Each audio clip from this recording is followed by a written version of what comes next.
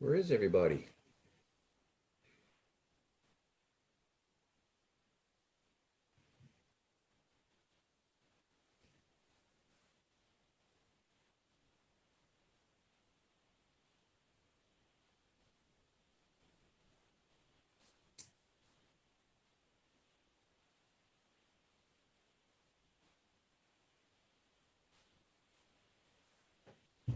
This could end up being very quick. Okay, coming on now.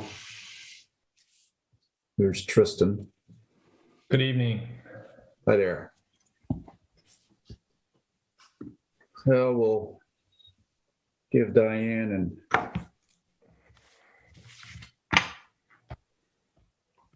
couple more minutes here. Oh, and yeah. It would be good to get a third to solidify the quorum, since I'm a come and go kind of person tonight, being at work. Okay.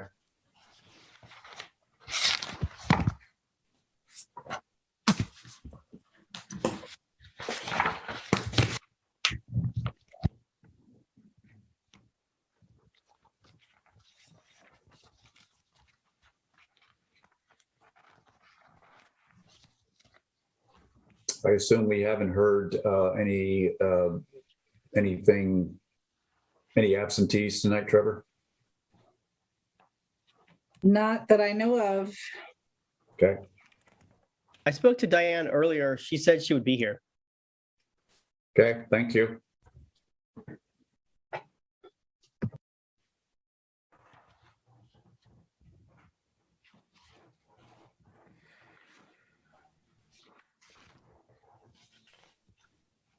Here comes Tom.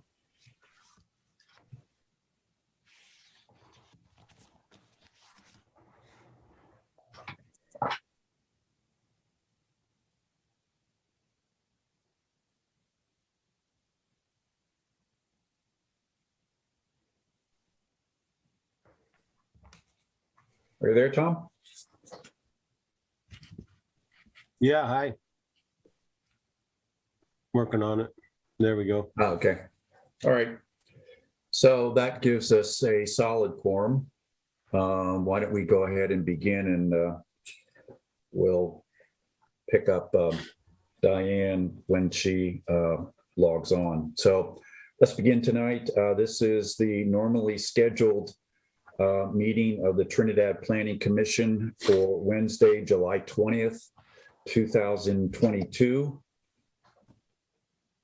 We have, first thing on our agenda is a roll call. Commissioner Johnson, Here. Commissioner Heikkinen, Here. Commissioner Cole, Here. Commissioner Stockness. Here on the phone. I can't get on tonight. There's a whole new code to get on with, 25 numbers and letters. Where's the calendar? So we can't get the city calendar to get on. Diane, I had to go to the email. Oh, and then the email let us on? Yes. Yeah, there's a link in the email I sent on Friday. Okay, well, I don't have email. So anyway, my husband does. We'll try that. Okay, but I am here. Great. And then Commissioner Hopkins. Yes. Okay, thank you very much. Next item on our agenda is approval of minutes. We have one set of minutes from last month, January 15th. Is there any comments, questions, clarifications, etc. for the minutes?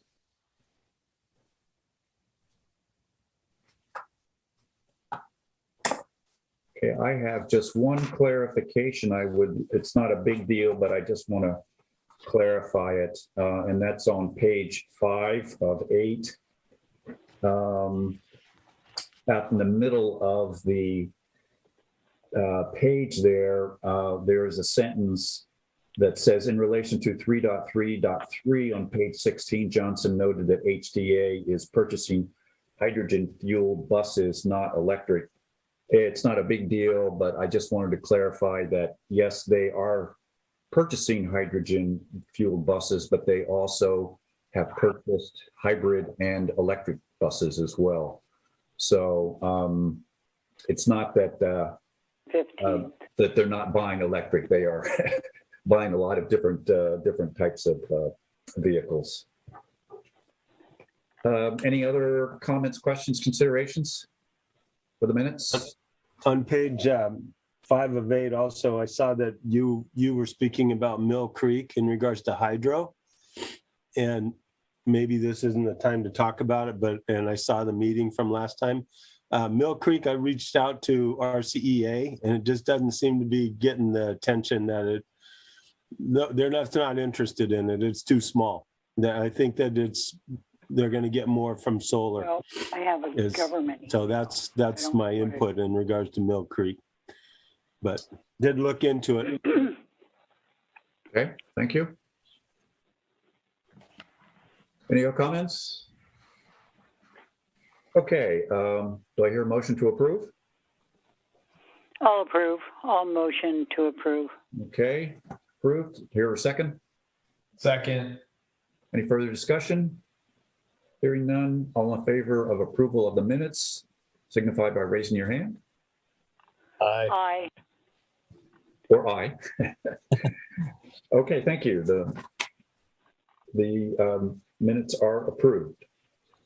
Okay, so I need Anton to send me the link because it's not on my email.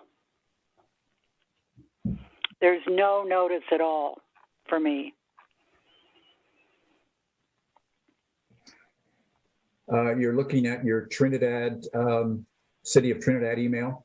No, I don't know Is what that- that is. I sent it to both. Okay. I sent Well, it to your, I didn't get it. What is my City of Trinidad email? I don't really use it. dstockness@trinidad.ca.gov. Okay, I'm gonna have to write it down. Diane, is there another email you want one of us to forward it to for you? Yeah, at diane.stockness@gmail.com. Yeah, I see- told him I don't want to use the government email. No, I see Trevor sent it to you on the 15th, but yeah, we can forward it again here. Yeah, I never got it. So I went through all my emails, from the beginning of July. So it's diane.stockness@gmail.com.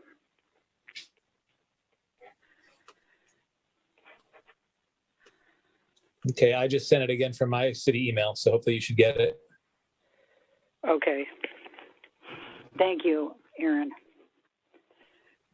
Okay, next item on the agenda is approval of the agenda. We have, Going. Ron. we have 4 items for discussion, decision, and action this evening. Are there any questions, comments, changes to the agenda? No, I moved to approve it as published. Here a second? Second. Moving second. Any further discussion? Hearing none. All in favor of approval of the agenda signify by raising your hand or saying aye. Thank you. The approval of the agenda is approved. The next item on our agenda is items from the floor. This is an opportunity for any members of the public who would like to address the Planning Commission can do so at this time. We ask that you limit your discussion to 3 minutes. Are there any comments from the floor or the public?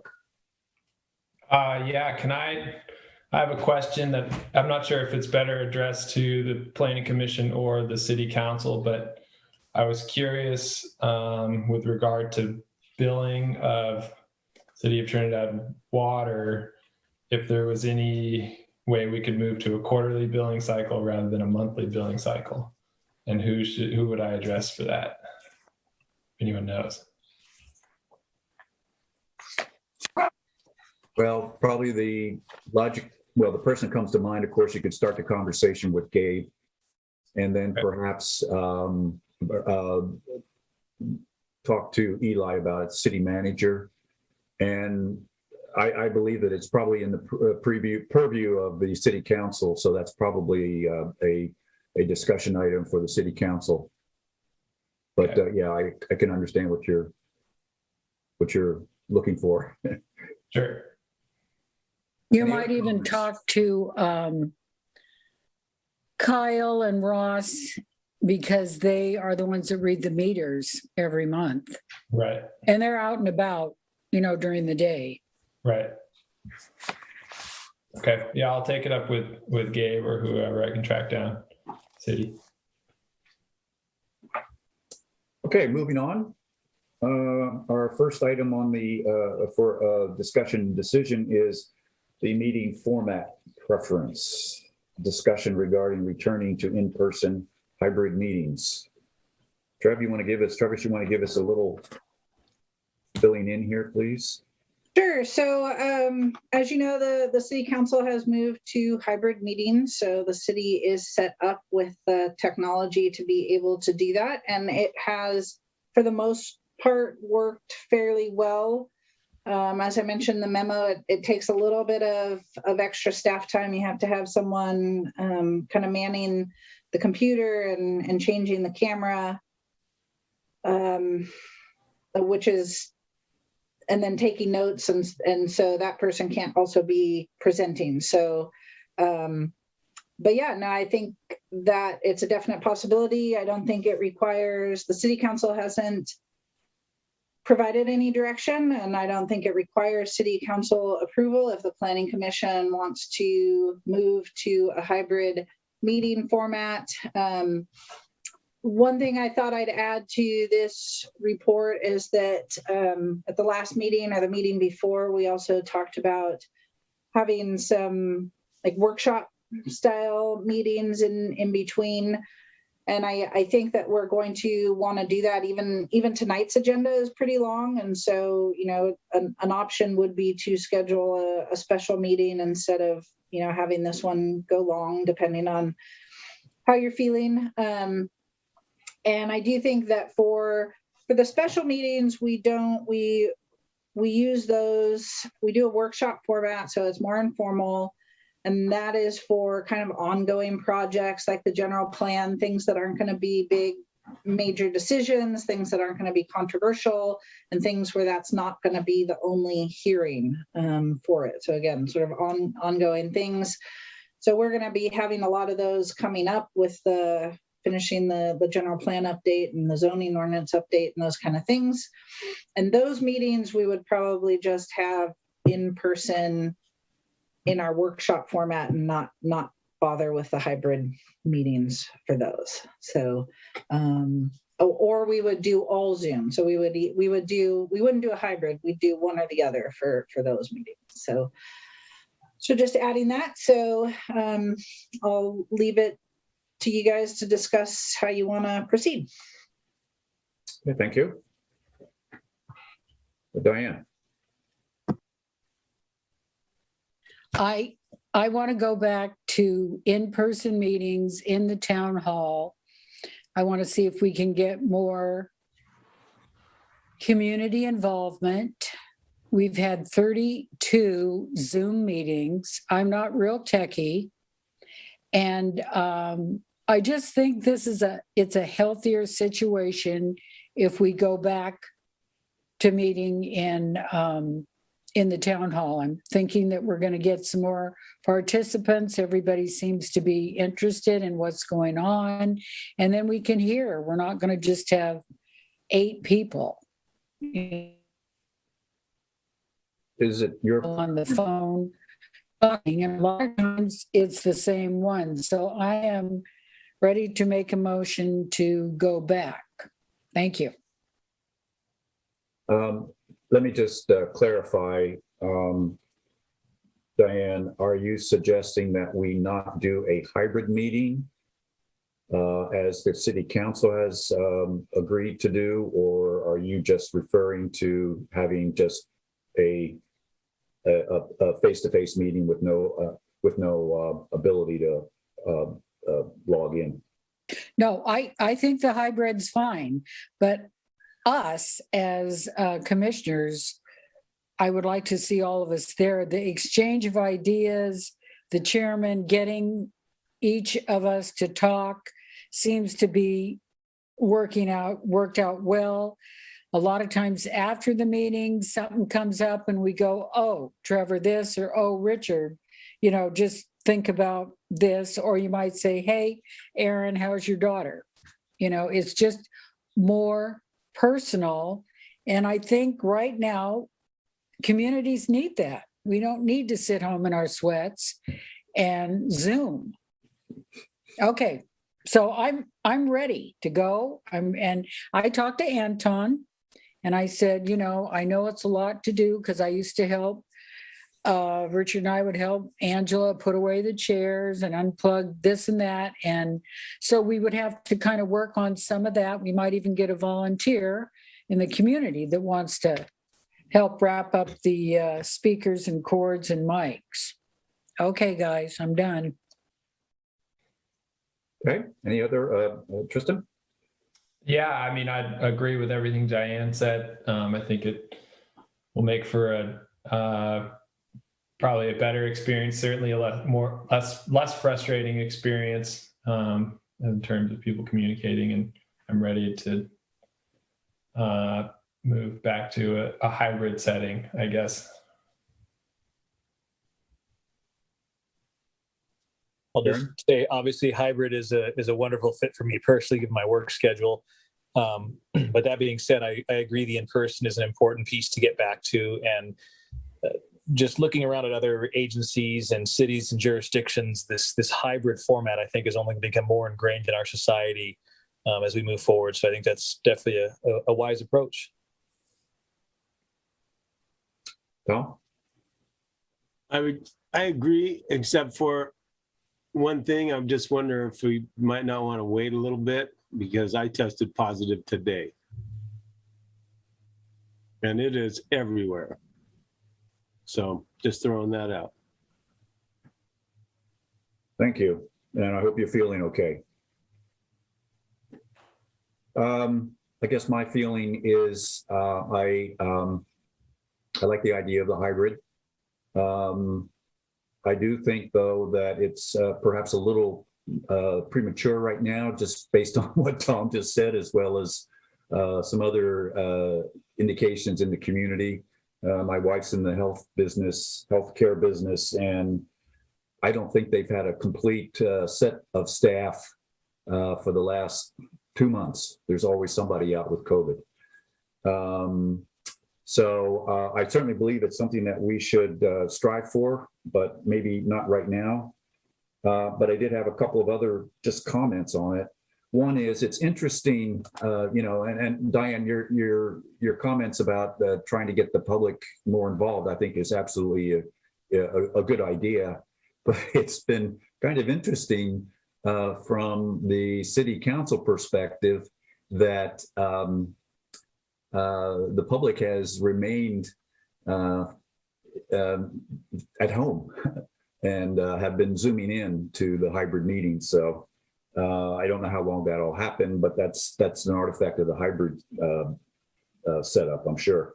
The other thing I just wanted to make sure, and it sounds like maybe it's not a big deal, but I just wanted to make sure that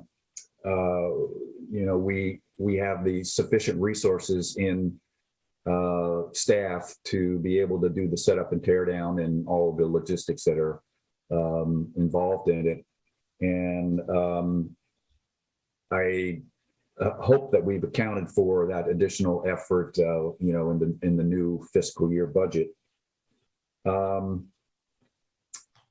And so those are my comments. I'm willing to do it, but I think it might be a little early for actually meeting face to face. But let's see, we were just asked, we were just going to make a recommendation. So Trevor, I don't think we need a vote or anything on this, do we? Well, I guess consensus would be what I was looking for on this. how about this as a suggestion? Can we, and I hate to not make a decision, but if we do defer and decide to wait, can we put a timeline on it to revisit it? Because a couple things from my perspective, from the healthcare side, this is not going to go away, COVID, anytime soon. I think this is going to be part of our life and folks testing positive and whatnot. So we need to be aware of that. And I don't know, I just feel like we need to be cautious if that's our benchmark, because we thought we were out of it several times now. It keeps cropping up again. And the beauty of the hybrid is that should one of us or a member of the public be positive, there's still a way for them to be engaged and participate, assuming they're healthy enough to do so. On the flip side, though, I'm also okay with, I believe City Council has done this 1 time or 2 times now. And so it might be worth us kind of going to school on their efforts, so to speak, and let them work out the bugs and the kinks, and city staff kind of come up with their process. And then just kind of add us to the roster. So that'd be kind of my thought if we didn't want to do it today, to pick a date in the future to kind of have a target. Otherwise, I fear that it'll just kind of go on. Good comment. Yeah, I feel like it certainly is. It's an easy one to kick the can down the road. But I think that, like Aaron said, the beauty of the hybrid model is if you're not feeling comfortable with coming, or if you are sick, you can opt out and stay at home and still participate. So I feel like it just gives, like, that's maybe the most flexible option that we have, is to move to a hybrid setting. So can we wear a mask on the door? We can't, I don't know if we can ask for COVID passes. I don't know what we can do. And I had asked Anton to ask Eli to come. And this is the second meeting. He hasn't been here. So maybe I'll just talk to Eli about that, Richard, and ask him, or maybe Richard, what some of the health rules are. I don't want to put it off too long. I've only got 6 more meetings and I'm done. So I want to go back and get the community engaged. I understand entirely. Aaron. I did just have one other question for, I guess, Trevor. On the council meetings that have happened virtually, has there been a mix of council members, both hybrid and in person, or have they all been in person? I'm just curious about the logistics of that. They've mostly been in person, except I believe 1 or 2 were joined from out of town. Okay, so we've tested, proof of concept, good, okay. Yeah, I think Cheryl was on an extended vacation, and I think she had to sign in or log in remotely. So I think we can work it out. I just worry just a little bit. I appreciate the fact that if you're not feeling well or do have COVID, that you could log in remotely, but that doesn't mean that people who are physically there could not be at risk. But let me suggest this. I will contact Eli and talk to him about the protocols that they are using, and I can report back at the next meeting. And at the next meeting, we can make a decision if everything looks reasonable, and we believe that we have the right protocols in place and the technology is still working well for us. Then let's make that decision then. But I just want to get a feedback from Eli to see how it's working out for them, for the city council. Commissioner Johnson, are there certain protocols that you're concerned about? yeah, I don't want people to get COVID. Right. I guess Anton specifically, I guess listening to Diane, are requirements, can people be required to mask? What are masking requirements, vaccination? What is the city able to require or request proof of? So At the end far, of the day, we've not also us required as that. commissioners, we can wear masks to protect ourselves. If we wear our N95s that are fitted, then that's protective for us. That's what I do on every patient contact I have here. So there are things that we can do for ourselves, but those would be kind of my thoughts on things to find out. We haven't required that of any of anybody at any of the meetings so far. But if there's another surge of COVID, we probably would, just as we were requiring masks in the office. But I can't speak for Eli.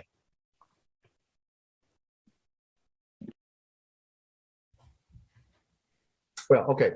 I don't mean to be flippant when my last comment, but I do want to protect not only ourselves but also the public. So maybe Anton, I can get together with you, and I can also just make sure that Eli's on board, and we'll make a decision. That sounds good.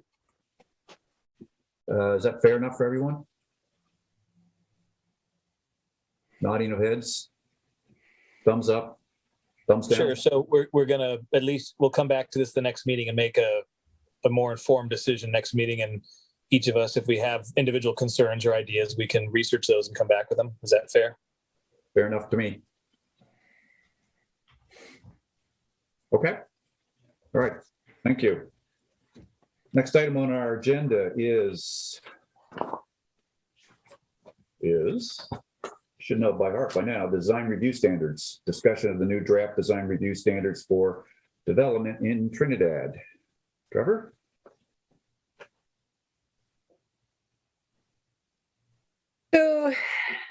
So I made the changes that we discussed at the last meeting. Mostly involved some minor points of clarification, reorganization. In doing so and going through a last time looking at organization, I did notice that some topics had sentences, sort of criteria that weren't part of the numbering system. They were within sentences afterwards. So that included, let's see, A, B, and G, C, and G. So I made those all part of the criteria. I just wanted to point that out, make sure everybody was okay with that. And just to say that the last few sets of edits have been pretty minimal, and that I think this is probably close to being done. The next step, the biggest issue I think left is how do we treat private versus public views? So that's a conversation I need to have with Coastal Commission staff. In terms of the process moving forward, the definitions would continue to be working definitions. They would not be part of the amendment unless there are certain specific ones we need for the design review, which there are probably a few. And we could pick those out. If you have any suggestions for things that need to be in there, I can also pick them out. So I think this could easily be a standalone LCP amendment. It just modifies that chapter. It doesn't depend on any other sections or chapters really. But then that is, to put together an amendment. I just submitted the STR ordinance amendment to the Coastal Commission today. There's 10 different attachments that have to go with that, all the meeting minutes, all the staff reports, an analysis of how it affects general plan policies, how it affects Coastal Commission policies. So it is a bit of work to put together an LCP amendment, but these are criteria that the Planning Commission has wanted to amend for a long time. So you have two options. One would be once we get comments back from Coastal Commission staff, we could adopt this and submit it as a standalone amendment, or we could set it aside until we do the larger zoning ordinance amendment, which will be by the end of 2025.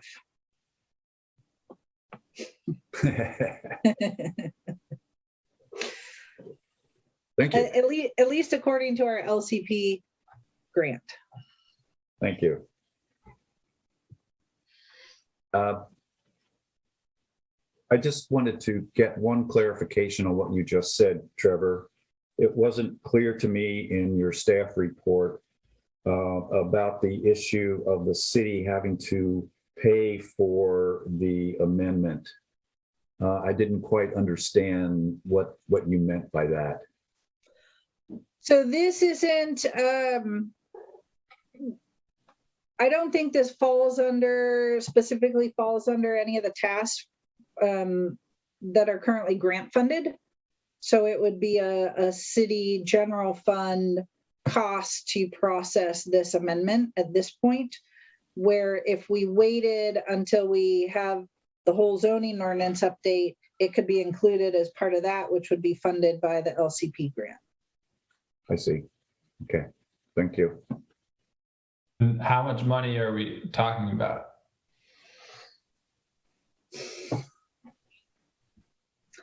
You know, probably in the 2,000 to 3,000. Well, probably more in the $5,000 range by the time responding to all the Coastal Commission comments. I have included some of this time. I did start this under one of the grant tasks, which was to come up with objective design standards that would help streamline the approval process. But these don't fall in the category of objective design standards. They're still discretion, your decision involved in these design standards. So I think they don't fall under that grant funding, but some of this process has been grant funded, but now I think it's falling outside of those, you know, what we said we'd do under the grant. And so I've switched it over to city planning fund. Having said that, is that something that we should ask the city council what their choice would be, since they basically fund it? I think that would not be a bad idea, but I think, you know, it could be a recommendation as opposed to just asking. Okay. I guess the other question I have is if we did, you know, like you say, recommend to the council to process an amendment in the near term, that would take a chunk out of our tasks that are due by 2025 in theory, right? So we'd be actually accomplishing something that we could park and not revisit as we come to the rest of that. Yeah, and it would actually give you an opportunity to test these criteria. And then if you want to modify them as part of that larger update, then you'd have some, you know, experience with them on which to base that. The Coastal Commission kind of telegraphing what their feelings are, right? Is that what you're getting at? No, I mean, just with you guys making decisions on projects. Gotcha. Okay.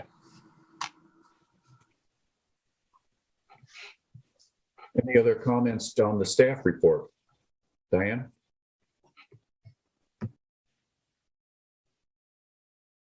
You're on mute. Like I said, I'm not real techie. So we need to make a recommendation and get what we can done, like Aaron said, not wait to finish the comprehensive zoning ordinance, because none of us will be on the council by then. I mean, on the planning commission. We've already batted this around for, I don't know how many years, Trevor. And then Trevor, try to get the Coastal Commission up here, because they work from afar and they have their own ideas about what's going on, because they need to see the private and the public views, because it's different from other coastal areas because we are such a small town. You know, on a lot of things that we need to get done. So we should, $5,000 is what the grant is. And listen, the city is flush. They've got money now. They got a reserve. So let's go get it. And make a recommendation to the council. Okay, Richard, I'm done. Thank you. Good comments. Any other comments on the staff report? Okay, you did ask us one other question, which is at the end of the first paragraph of the staff report. And you asked are these topics in the appropriate order? And I don't know if anyone had any comments on that. I thought just briefly that and this is a very, it doesn't have to happen or anything, but I just thought that just trying to group some of the ones that had to do with specifics of buildings made sense to maybe collect together. And so rather than, without going through all of the details, I just thought that maybe we should make H and I and J together with E, and so have H, I, and J come after E. And then I kind of looked at item C, the design standard C, cultural resources, and I thought that was pretty important. And it's only one sentence anyway, but I thought that maybe that should move to the front. But I'm not hard over on any of that, but it just felt like maybe we could group some of those in kind of a commonality type of arrangement. So those are my comments on your request there. Anyone else have any comments or questions on the staff report? Tom? Yeah, I was going to comment on that also. I thought moving it up, it shows respect, and moving the cultural up so that it's first thing you read would be a good thing. Other than that, yeah. Okay. Thanks. So we have been through this a number of times, and our usual process is to go page by page. Hey, Richard, I'm sorry. It looks like Tristan has his hand up, and I do as well. I'm sorry. I took my eye off the screen. Virtual hands. Yeah, okay, thank you. Go ahead, Tristan. You're on mute. Excuse me. Yeah, I think that's good to the order that you were talking about. I wanted to talk about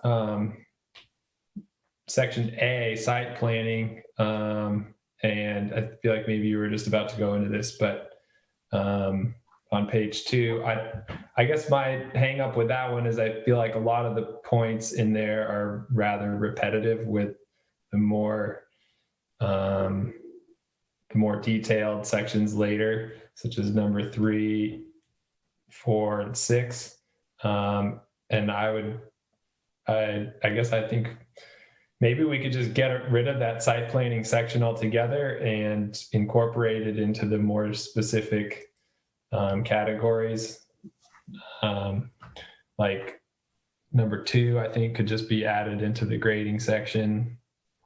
And number 1, I couldn't quite find a good home for that, or number 5, but I thought number 3, 4, and 6 are just are discussed in greater detail and in different sections. Okay, yeah. Well, I was just about to say that our normal process is we go through page by page, and I think we can go through this fairly quickly, but yes, your comments will pick up. Yeah. Aaron, you had your hand up? No, I'm good now. Thanks. Okay.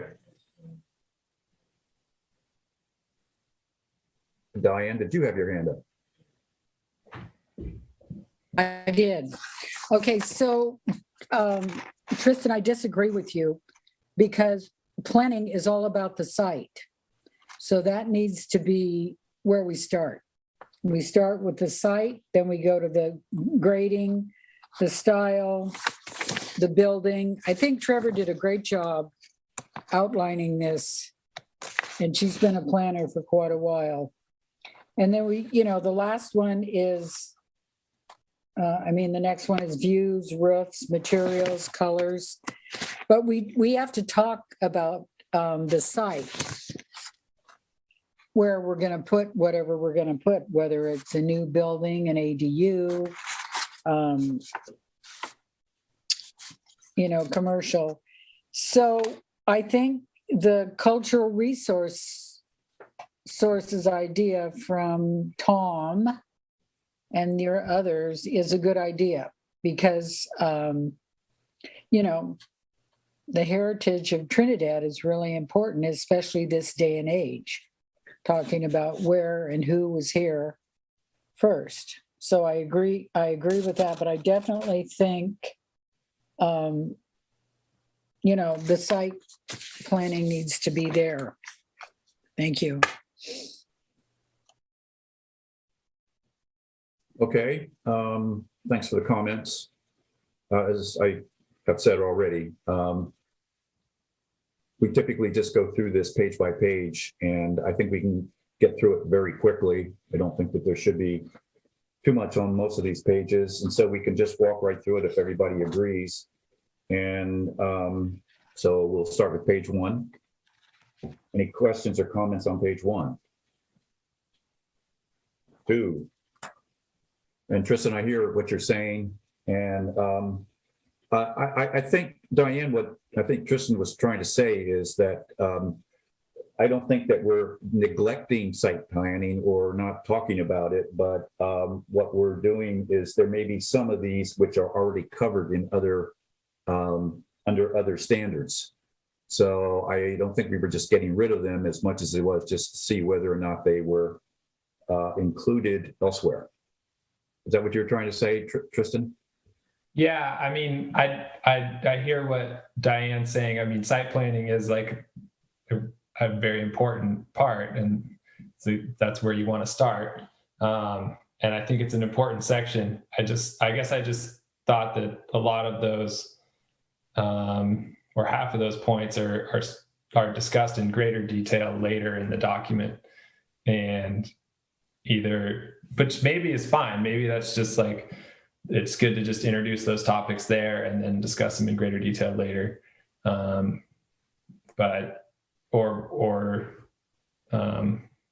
we could do away with them and they'll still be covered in the document later. So I'm not like beholden to deleting them from that section. Okay. Aaron? Yeah, I like Tristan's idea of trying to clean this up, but I guess I had a question for Trevor. Is it, from your perspective as a planner, is it worth having that in there? Because I agree with Tristan, a lot of those things are absolutely very well covered later on in the document. And site planning is, of course, critical to any development, but we talk about all these things later. So I guess what's kind of your take as the enforcer of these tools or interpreter of these tools? Yeah, I mean, my first reaction was more, I think, what Diane was saying in terms of, it's kind of your first crack at sort of the big picture of it. But I don't think it's absolutely necessary. I think most of those things are covered in other sections. It doesn't necessarily hurt to repeat things, but we don't want to overcomplicate the process. Potentially the grading section could be like grading and hydrologic modification or something, and might pick up the vegetation, and I wouldn't pick up 5. But yeah, I don't have strong feelings. I think, think about going through these and discussing them, and it might make sense to sort of discuss the site overall as sort of the first thing you talk about with a project. But yeah, no, I don't have a strong recommendation either way.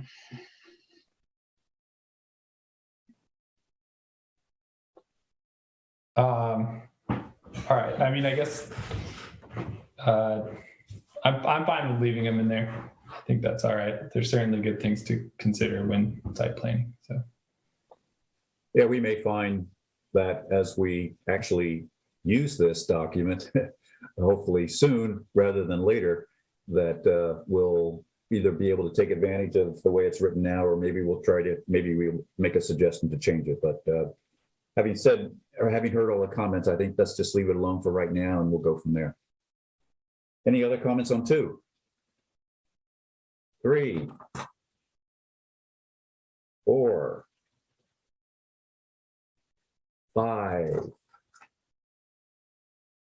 6, 7, and 8. I had a comment on 4 Okay. to Trevor. So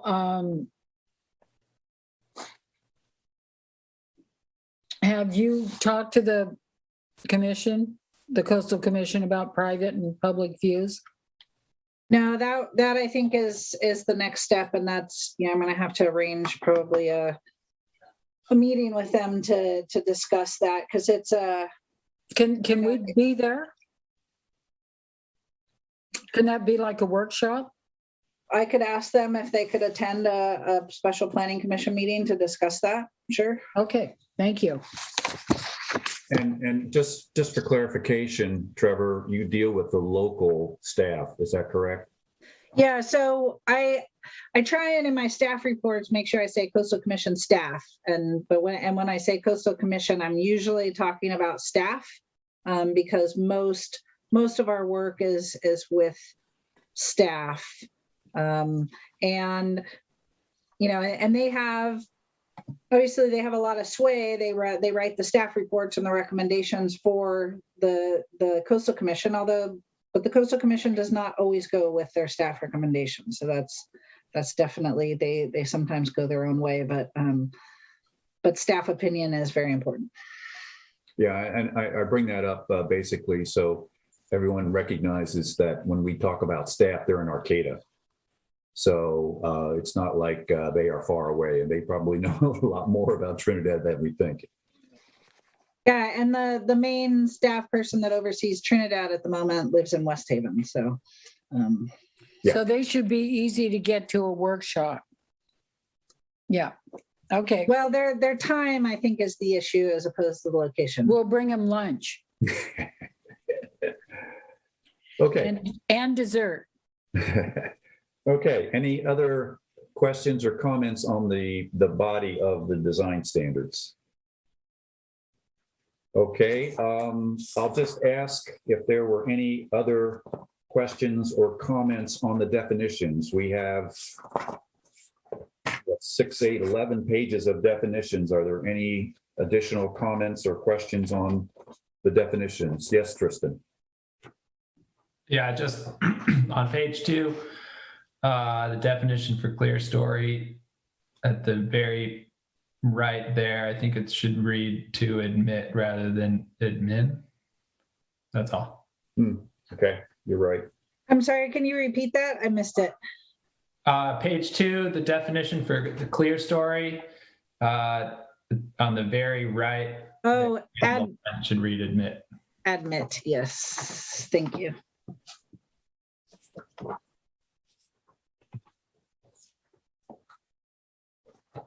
Okay, any other questions, comments on the definitions? Yes, Tom.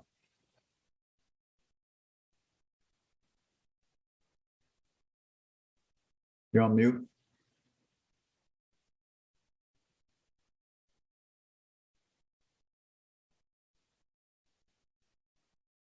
Tom, you're on mute. Sorry about that.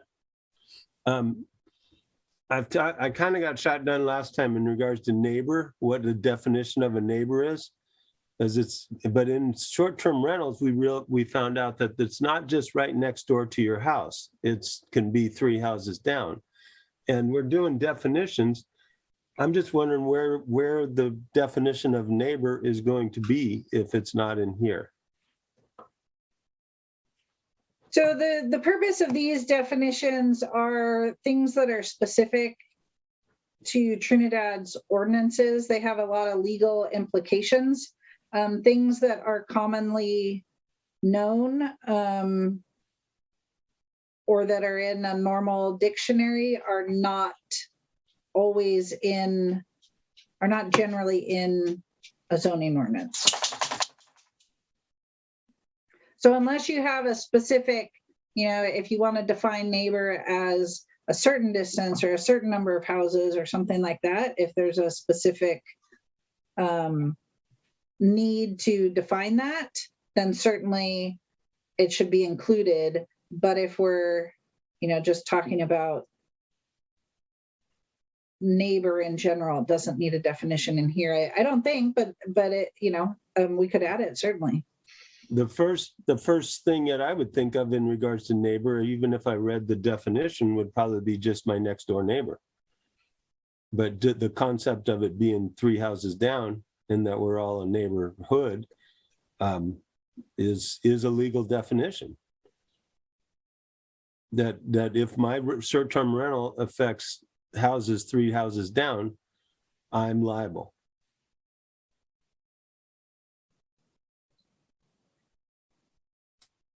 I thought that, Trevor, what we did was that we had, and I don't even recall where it was now, but in the last 2 or 3 meetings, we did have an issue trying to address the issue of adjacent properties versus other properties which were further away, but yet at the same time could be affected by what was going on another property. And I don't recall if that had anything to do with the word neighbor per se, but I thought we were trying to address the issue of adjacency, if you will, of various structures and development, et cetera. I don't know whether that answers your question, Tom, but I think we did try to address the issue of the impact that development might have on surrounding properties, and not necessarily call it right next door or even a neighbor, but just the impact on surrounding properties. Yeah, and legally, my lawyer would say, even if it was affecting down the street, I could call it affecting my property. So I'm okay either way. I was just thinking about it and kind of thought, it'd be easy to put it in, but I don't want to hang things up. It's fine. So I think we did that. That was discussed as the last section. So page 8. And we ended up with where view considerations are involved, the applicant is encouraged to contact property owners within 100 feet, and that could be affected by the project. So we didn't want to put a specific distance on it because someone further away could still be affected. Yes, thank you. Okay, any other comments on design review standards? Okay, so Trevor, what would you like from us at this point? Do you want a motion, or are you just ready to start working with Coastal Commission staff? I don't think we need a recommendation or a motion until you're ready to recommend it to the city council. So I think just providing me that direction is fine. Okay, very good. Thank you. New standards. Wow, amazing. All right, next item on our agenda is the general plan update for the circulation element. And this is the discussion of this, the draft. Oh, I'm sorry. I should ask if there's any public comment. I apologize. I should have done this a little bit earlier. One of the artifacts of Zoom is that you don't know necessarily if someone's out there. Any comments from the public on this agenda item? Okay, hearing none, we'll move on then. Thank you. As I said, the general plan update for the circulation element. And Trevor, turn it over to you. Sure. So again, I updated this. This is continued from the last meeting. I updated this based on our discussions at the last meeting. I did make a couple of notes on some specific suggestions because unfortunately I wasn't able to show track changes because this document is still, I'm still tracking changes from the 2019 version that the Coastal Commission commented on. And so I wouldn't be able to show you just the changes from the last meeting. So you just have to either compare your own versions or, yeah, that's a unfortunate artifact, and it's getting very messy in terms of track changes.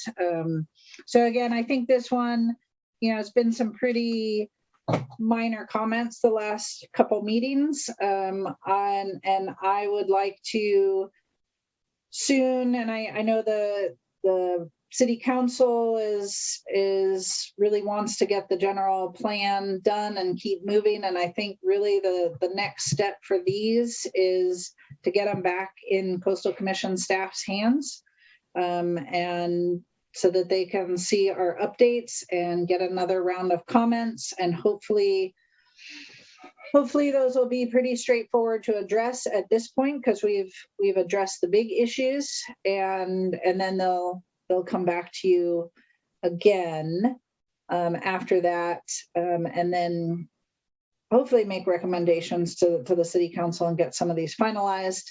I did provide a new set of figures, so those are new figures. And so the road classification system, that's mostly stayed the same. I did remove parking out of there. Let's see, and updated it and added some roads that were missing. Figure 12 is a new figure showing alternative transportation. So it shows the bus stops, bike racks, bike routes, and pedestrian facilities, including trails and benches. One thing I wonder is how accurate this map still is.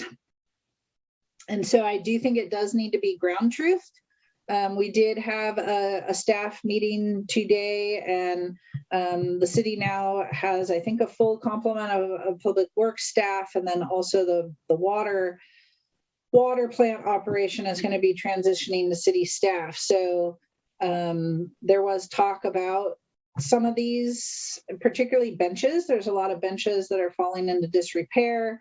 There's a policy, the city does have a policy for how to dedicate benches and how long that dedication lasts.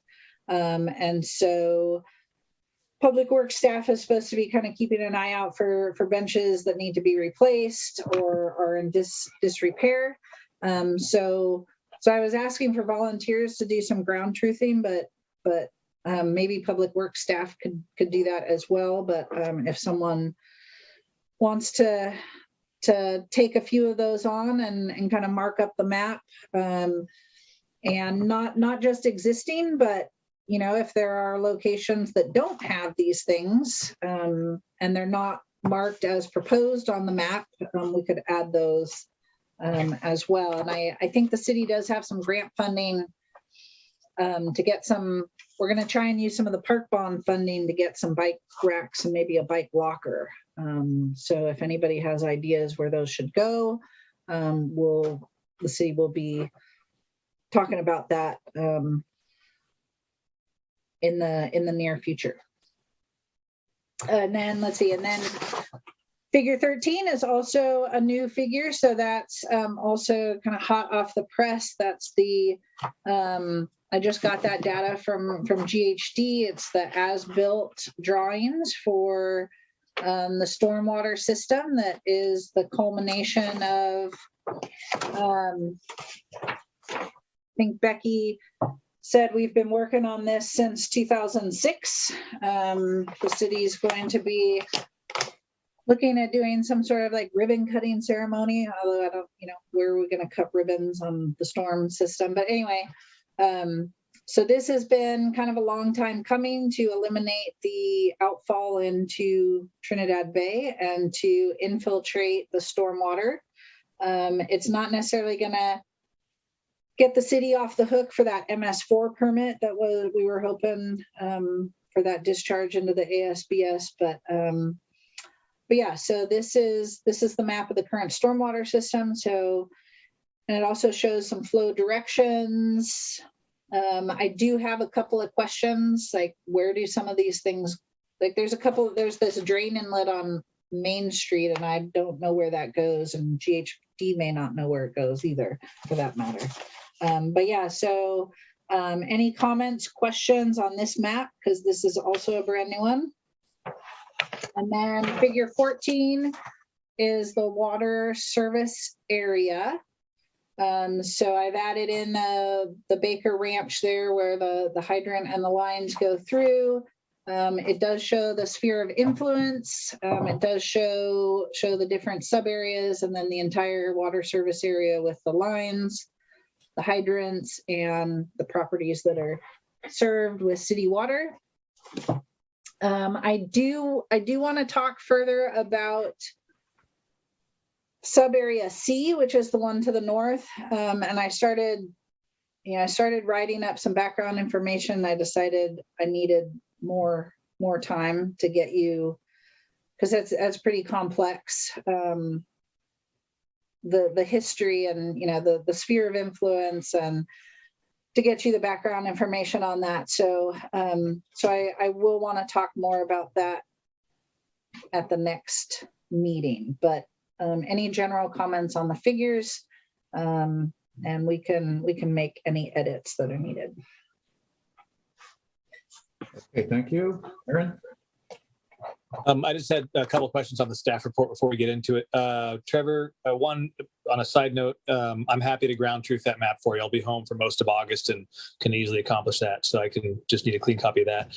But then can you help me out with the staff report? It goes from page 1 to 2, and then I admit I was a little lost. It then jumps to page 6, 7, 8, or 6, 7, and then it gets into the circulation element. Is that just an artifact, or are those some context, or what was I supposed to take away from those?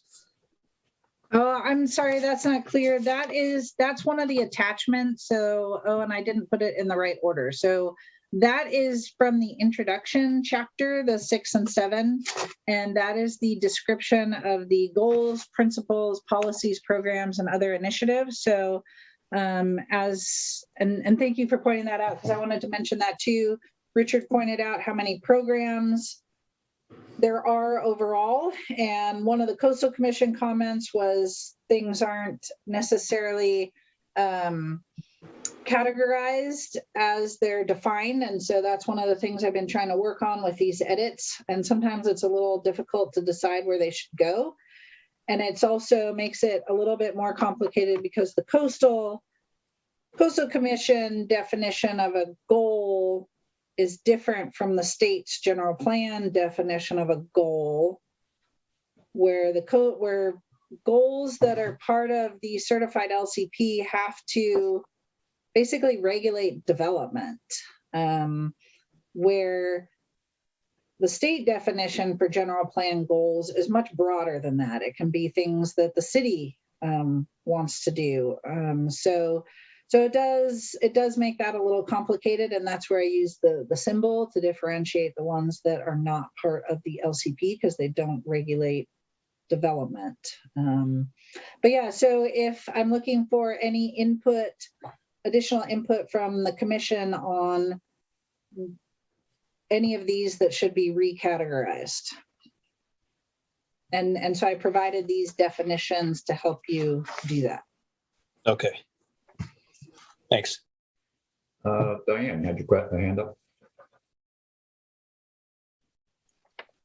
So I've been working on the location of the benches and the ones that are out of shape. So Aaron, maybe we walk together on that. around town. And I've talked to the city quite a bit about the fire hydrants because they're covered with vegetation. So Anton, you hear me again? Anyway, those. Yes, I'm here. Yeah, I know. I'm just saying we're, I don't know, 6 weeks out now about that. I might just cut it myself, but I probably won't. Anyway, I'd like to walk around because I've been down to the trail by Frames, and there's a nice Parker Creek bench, but the ones along the bluff are pretty bad. And we have one guy that lives close to the bluff, actually across the street, that has a bench he wants to donate. So somehow, Trevor, we need to see the rules and regulations for donations, because there's another family that wants to donate a bench. Okay. Yeah, so the city council updated the policy in 2018, so I'm sure you can get a copy from Gabe or Anton. Anton. Yeah. Okay, thanks. And your maps are really good, or GHDs. They're beautiful. Thank you. Yeah, they are pretty nice. Thank you. Any other questions or comments on the staff report? Okay, as is customary, maybe we could go through this real quickly, page by page, and stop me when you need to make a comment. And we'll basically start with the introduction information. Thanks, Trevor, for adding the definitions in here. The definition of the program helped quite a bit in kind of interpreting and trying to understand programs. So that was very useful. Thank you. Any comments or questions on the introduction? Page 1. Page 2. Page 3. I had a question, Trevor, on the 1 to 3rd full paragraph on page 3. The middle of the sentence says, are 4 such roads that exemplify the scenic beauty of the Trinidad planning area. I think I know what that is, but would that be necessary to define or explain? Yeah, good point. So that would be probably figure 3, I'm guessing, from the land use element, shows the city's planning area. So I can reference figure 3 there, whatever figure number it is. Okay. And just to make sure, that is not that is not the what is referred to in the Humboldt County Trinidad planning area. Is that right? Yeah, so there is, that often gets confused. So the county, for their LCP, they have a Trinidad area plan, and that's their coastal land use plan for the Trinidad area. And that is a county plan, and it's a different area. Yeah. That's why I said I thought we just maybe should. I like your idea of referencing the map, and I think that will do it. Okay. Anything else on 3? Page 4. Page 5. Question on page 5, first paragraph under 4, issues of local significance. The last sentence reads, speeding and blind driveway intersections on Edwards. And then it's my comment is it only this area? Is it too specific? Is it better to say speeding and blind driveway intersections throughout town are current issues? That way everybody, because it's eye of the beholder, so to speak. Well, you're allowed to speed on the other streets. Good comment. Anything else on page 5? So where was that? On page 5, Aaron? What paragraph? First paragraph under section 4, the last sentence, and I'm just suggesting that we remove the specificity, and it just, the concept of speeding and blind intersections is an issue in town, and that's important to mention, but let's just leave it global, is my recommendation. Okay. Did you find it, Diane? Okay, good. Page 6. Same concept. I apologize. With regards to the overnight parking camping in the city, particularly on Edwards. Again, is that specificity necessary? People could make an argument. If I've had people camp, I've seen people camping, not a whole lot. It's not, they tend to focus there, but we want to be specific with the location, I guess, and how legitimate is the problem too, or significant, I should say. That's one for the eye of the beholder, because based on my parking counts, it's not an issue. But it is perceived as an issue, and it comes up at city council meetings occasionally. And from what I know, it is specific to Edwards Street, although Main Street came up as well at one point. Yeah. And I mean, So I don't have. I've had people camping on my street in front of my house throughout this, and it happens occasionally, but it's not an every night. It's not enough for me to be worried about personally. Yeah, I don't have, like I said, from what I've heard, it's mostly the concern on Edward Street, but I don't, Okay. I, Not important. It was just a question. If it's comfortable for everybody, leave it in, then leave it in. So we could make it less specific. That's fine. Because I think other streets and other locations, the park has come up as well. So yeah, we could make it more general. Diane, you had a comment? should there be anything about the sheriff or enforcement in those road and traffic issues? Trevor, none of that was mentioned. It's a lack of enforcement. I think that is definitely an issue. Yeah, put it first. Thank you.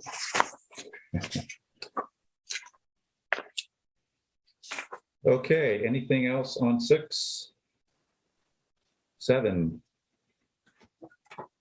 8? Slow down. Okay, I'm not as fast. All right, volume. Let's see. Okay.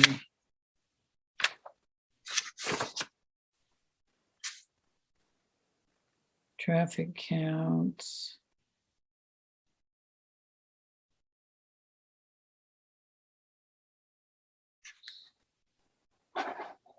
Oh, boy. I'm off again, Glenn. No, you're not. You're there. No, I don't have. All right, join the conversation. Okay, what page are we on now? 8? We just looked at page 8, yes. Okay.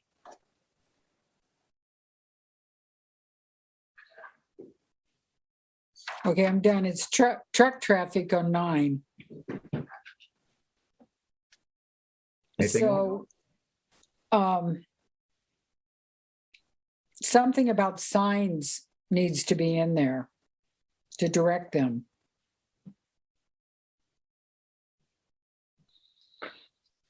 Aaron and I are going to do a truck count. Just kidding, Aaron. At the market only, right? So there are no signs. I talked to Eli about this when the Canadian truck drivers got off and wanted to rest here and eat, and then they tried to make my corner and I made them back up. And it happened with the moving truck. So some kind of sign thing needs to be in that to direct their circulation in the city. They're getting better because Nelson at the market has told them, to back in, and then they've got a bigger space behind the market now for them. But some kind of signs for them. For truck routes. Or perhaps just we don't have defined truck routes. I mean, to the first statement, I like that because it says we don't have defined truck routes. So we need to get that. And then how we identify those is a question for down the road. I don't know necessarily signs are the right, we can figure that out when we get to, but we need to define a truck route first. So we have beat this Aaron for 3 years at least. You're breaking with up, Eli, man. and nothing's happened. Okay. I'm just saying that we talked to Eli and the council and the planning commission for at least 3 years about these signs. And one of the major vehicles on every road are trucks. Now there are more trucks. You probably see them on your way to the Bay Area. Okay. So let's bear in mind that this issue of truck traffic, as well as these other comments here, are under issues of local significance. So as Aaron pointed out, what we're trying to do is identify issues, and that's what we're doing here with the truck traffic. It's in other parts of documentation, not only here, but elsewhere, where we'll have to solve the problem. And I understand, Diane, your frustration, but but I think the city council needs to move on this. And we can certainly, and have, put in the planning documents, requirements for truck routes, et cetera. So it can be done. Thank you. Yeah, I'll just point out, CERC 1.9 on page 11 does direct the city to designate truck routes.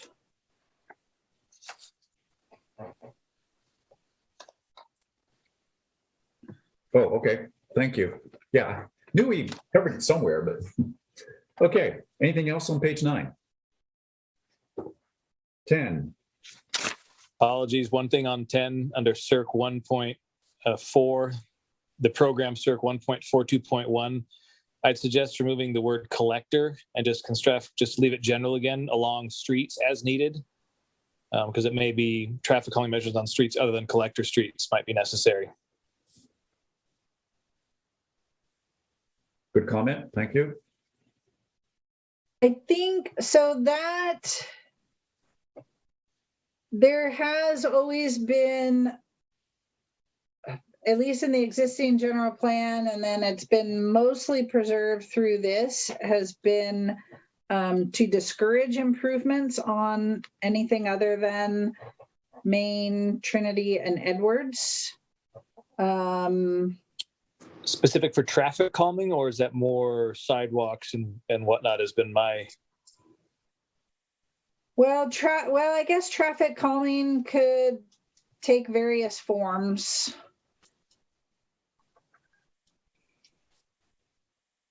You know, I know there's a lot of folks in town would like to see speed humps on either end, say, of some of the local streets, because they're used as bypass alternative routes for folks that might not know the main routes. And so I don't know, I just don't want to.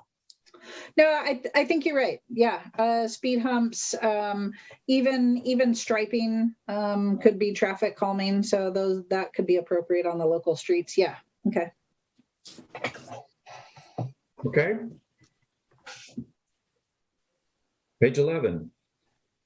I just have one comment under CERC 1.8. It says ensure that roadway widths, including alleys, et cetera, are maintained to provide adequate for all users. I think that should be access for all users, including emergency vehicles, including emergency vehicle access. Anything else on page 11? 12. 13. 14. 15. 16. On page 16, program CERC 3.2.3. It's just a spelling error, but coordinate with HTA, et cetera, by installing sheltered stops. It says book rakes. I think it means bike racks, bike lockers, and ADA facilities.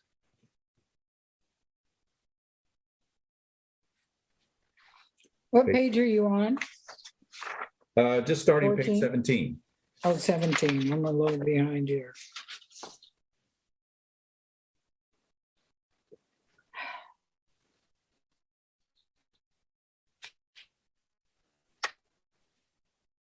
are you all set with this?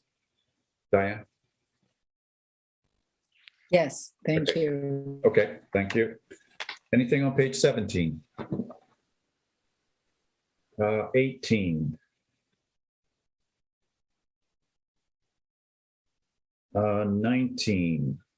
I had a question on 19. Circ 4.7 refers to the California Coastal Trail within the city. Where is that section within the city? I'm just curious.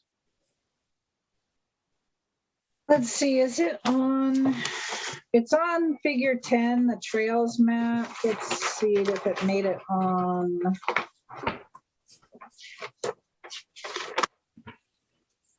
Oh yeah, so it is on figure 12 as well. It's the dotted blue line. So it starts at Scenic, goes down Groff Lane, Parker Creek, down the beach, up Axel Lindgren, over Van Wyck, through the harbor and up State Beach. Okay, cool. Thank you. And I think there is a sign over the bluff at the State Beach by the roundabout. I think. Yeah, there was an effort to put the little round. Yeah, there's coastal something. I trail. haven't seen it for about a year, but it's there somewhere. Yeah, and I think they left Trinidad off because signs are always so controversial in Trinidad. Except for trucks, just kidding.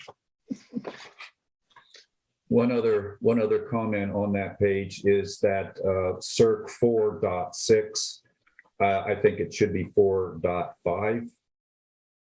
There was some rearranging done, so just lost the number there. Okay, anything else on 19? Okay, 20. I had two comments on this page, and I made this comment the last time, Trevor. And in the first paragraph up there, the first partial paragraph, it talks about Redwood Coast Energy and biomass, natural gas, and petroleum each comprise about a third of the total primary energy consumed in the county. And I did not get a chance today. I meant to look at the CAP.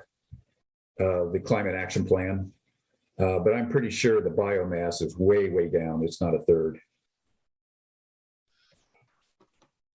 Yeah, I looked for that where I looked in the CAP. I don't think that information is in the CAP. I couldn't find it. I had recently gotten that from, my last update, maybe in the spring. I got it off RCEA's website. I could not find it again. But yeah, I mean, yeah. Well, I'll look at the CAP and make sure I am interpreting it correctly, and then I'll get back to you. But I just want to make sure we're using the best data possible. And then the other comment is at the bottom of the page. Circ 5.1 says require new development to minimize energy consumption. And I get that. But there were a number of sub text underneath that. Some of it got moved, but I don't think all of it did. So I wasn't sure whether or not that was an artifact of editing or if we were really taking out some of that. And it was on page 20 of last month's as well. Let me find it real fast here. I have last month's here.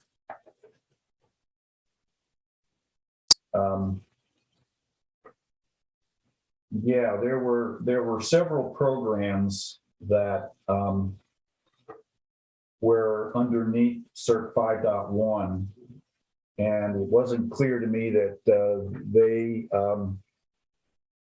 all got moved over to Circ 5.2.1 or Circ 5.2.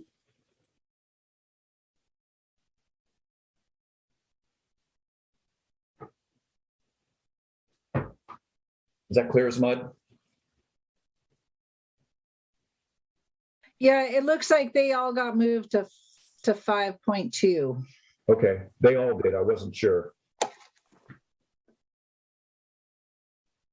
I thought they fit better under there, but I think this is one of those things where, there will continue to be more organizational work. I think every time you pick it up and look at it and put it down, that it's one. So, and I think it will be easier once we have the rest of the elements in front of us too, and kind of get a pattern going. So I'm hoping that with the next round, after the next round of Coastal Commission comments, that one of the primary things we're going to be doing is kind of some of that organization. But like I said, I'm happy to take any now as well. Yeah. Okay, that's great. Thank you. And anything on page 21? I had one question under CERC 5.3.2. We talked about adopting a solar access ordinance to streamline the approval. Is there the will to have it be a solar or wind access ordinance and have a streamlined approval process for either one of those as a renewable? Just a thought.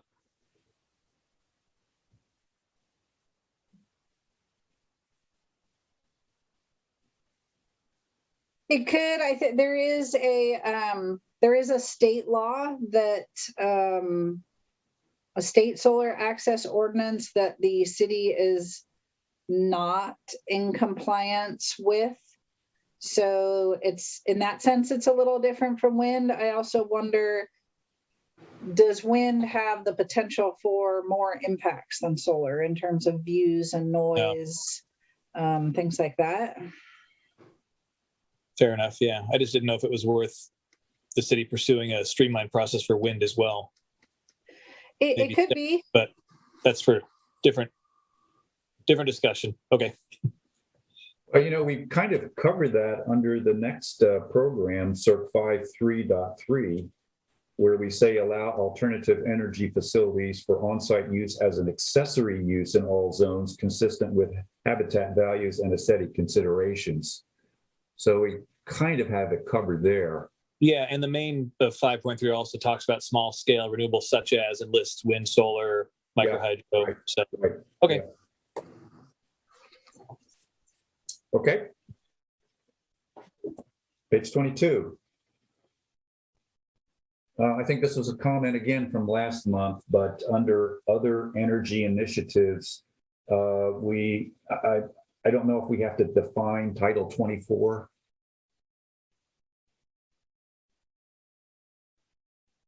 I'm not real familiar with that myself. Yeah, that's I could add an explanation there. That's California's Green Building Code. Okay, thank you. Page 23.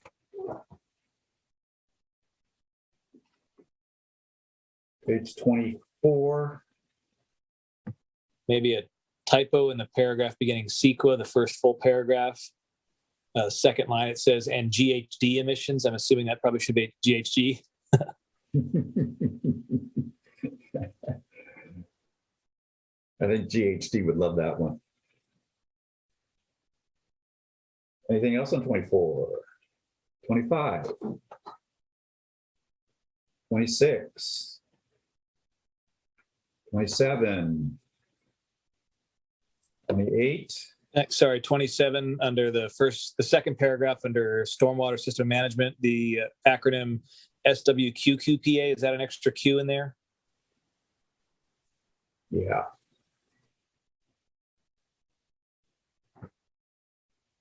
Anything else on 27?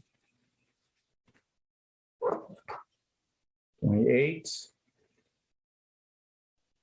29? Oh, yes, Diane. You're on mute.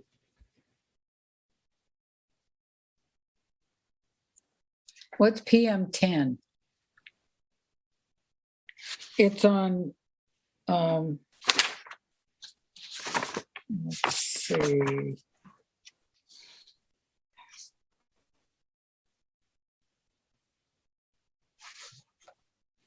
It's on either 25 or page 24 and with a focus on PM 10 under the goals circulation 6. Yeah, so that is defined earlier in the in the text of the air quality section. And I do think, we did start adding acronym lists to each element. And so I have not done that with this. So I think that would be helpful to add the acronym list. So PM10 is particulate matter less than 10 microns, and it's particular concern because it gets into the lungs. Okay. Thank you. Well, let's see, where did we leave off? 29, right? Anything on page 29? 30. 31. 32. 33.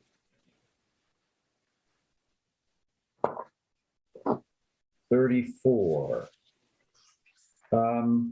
Comment on the last bullet on page 34. The bullet says limited reliable data exists for estimating low return flows on Humboldts. However, the existing data does show that levels have dropped below the city's water right plus the required bypass flows. I read that initially as it is always below, when in fact I'm sure that during the rainy season we are not. Is that what we were trying to say on that? Oh, like have dropped as in, okay, so occasionally drop or On occasion, or yeah, something like that, yeah. something have on occasion.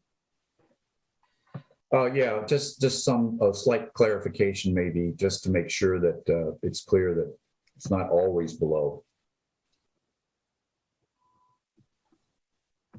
Anything on page 34, 35,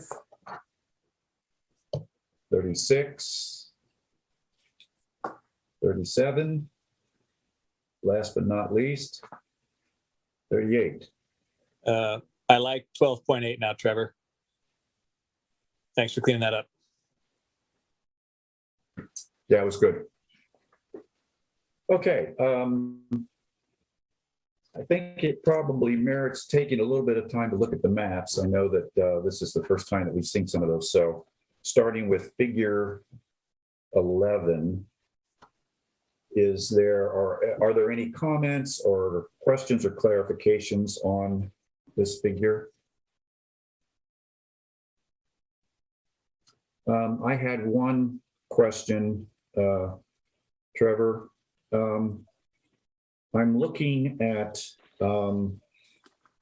what I believe is Groff Lane, and and what it is defined here as a private access road, and I get that, but that road, doesn't it split?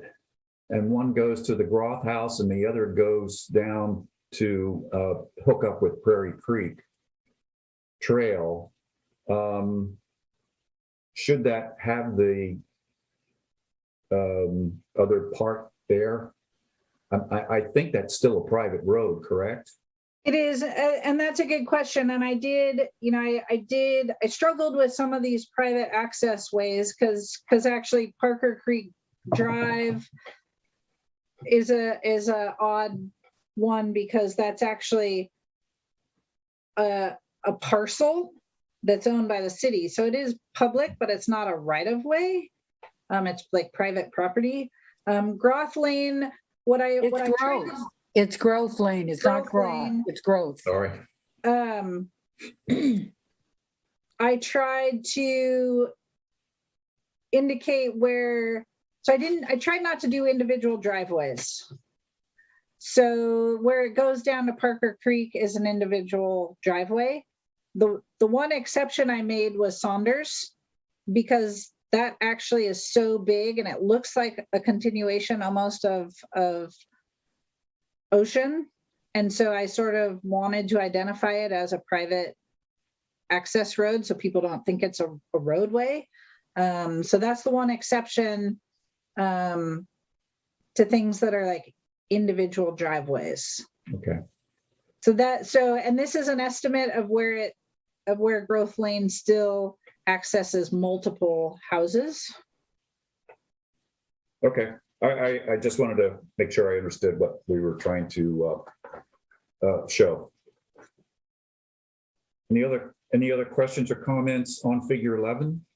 So the Parker Creek is a trail. It's not really a road. It's actually the size of a sidewalk after, with the broken lines. You mean where the But broken lines is or after the broken lines? Because it does provide access. Yeah, I guess after the broken lines. And then, yeah, because it does provide access to multiple properties down there.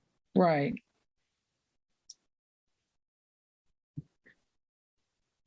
And then the one to the Growth House and then down to Cheryl's is a road. It's a road, but it's a private, Yeah. there's a public easement over it, Right. but it's a private road. And I am totally open, same with Trinidad Head. There is public access, but it's not a public road.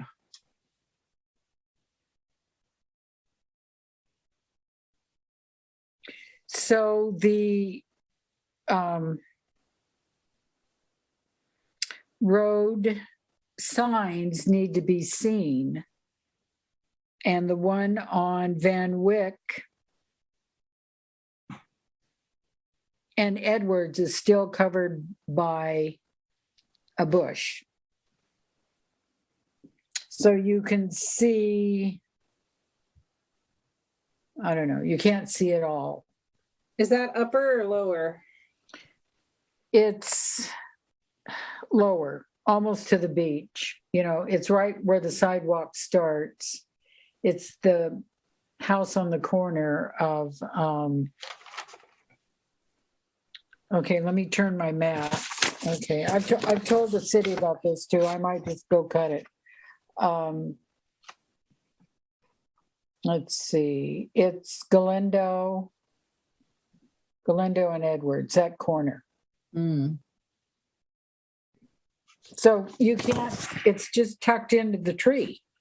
You can see Edwards, but not Galindo, or maybe you can see Galindo and not Edwards. I can't remember. I'll just put that on my list for Kyle and Ross. Okay. Anything else on figure 11? Okay. Figure 12.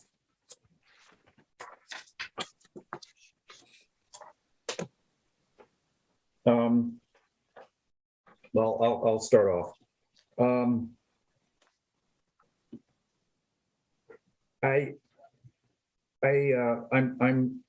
a little confused on Scenic Drive, and and they show Scenic Drive as a proposed Class 3 bike route, and as you travel south on Scenic, you get to the city limits, and it stops. Is that because it's no longer considered a proposed Class 3 bike route, or what's the explanation for it just going away? Because it's just includes city limits, and so maybe I need to add within the city to the legend, because I don't know exactly where the county. So this comes from the regional bike plan, the HCOG regional bike plan. So I looked at what was identified for the city, and they only extend to city limits. So same with West Haven and Patrick's Point as well.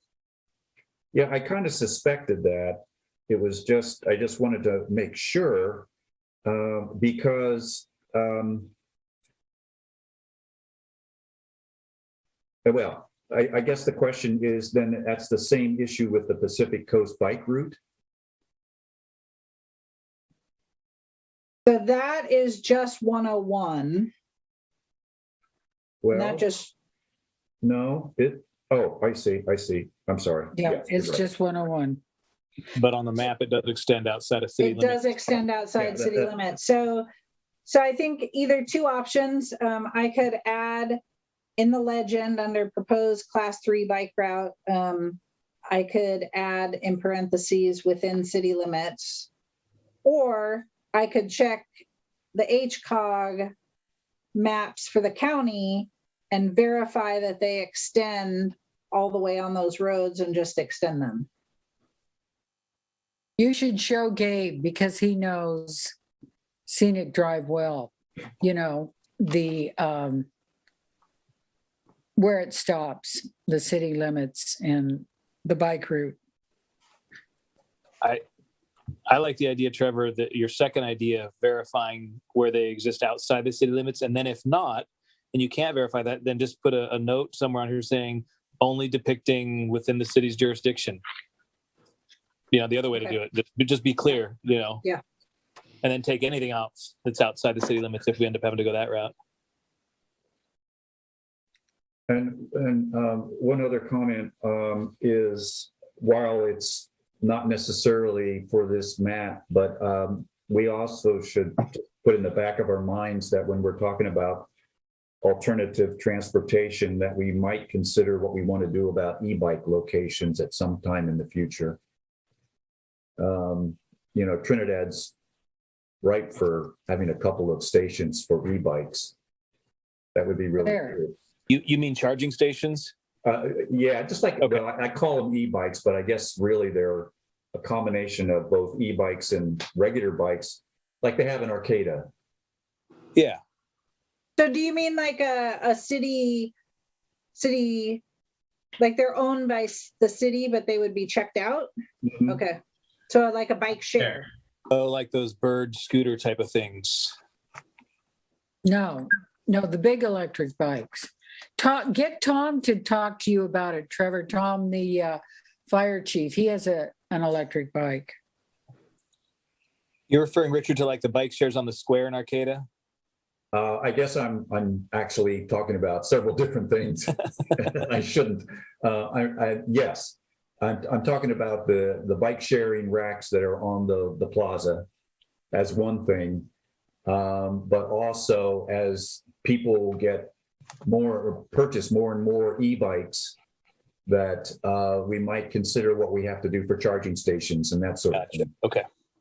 So it's just looking at the whole bicycle transportation infrastructure, and that gets controversial, I realize, especially with bike racks, and we'll get to that. But And stations. Yeah. yes. Okay. Anything else on figure 12? Okay. Figure 13. I had a question and a suggestion. The suggestion would be, there's a lot of blue items in blue. For example, like the bioswale and the stormwater pipe kind of co-located, and it got a little bit, and I am also looking at this on an electronic version, so it's not as clear as it might be on the large format, but just if a different brighter color might be better for that. And then my question was, what happens in a treatment chamber versus an infiltration pipe? Treatment chamber implies a treatment. Is it just a collecting point, or do we know, or because I don't? I believe that's the case. I can verify. So, so the infiltration pipes are purely infiltration. They do screen out, at least they screen out trash. Are those the big, massive ones that we just put in? Would that be an infiltration pipe that have basically the huge perforated pipe? Yeah, so that's what's in the harbor. But I actually have a similar question, so I will ask for clarification on that. Cool, thanks. Trevor, I had two questions. The first one is, I see the surface drainage arrows, and most of the places in town make sense. But I'm just curious as to why we don't have any drainage on the east side of View. In other words, down towards Parker Creek, because that drops off, and clearly there's water's got to go somewhere there. But I know that there's no drainage infrastructure per se, other than maybe Parker Creek. But was that just? Is there a rationale for why we don't show any drainage on that side?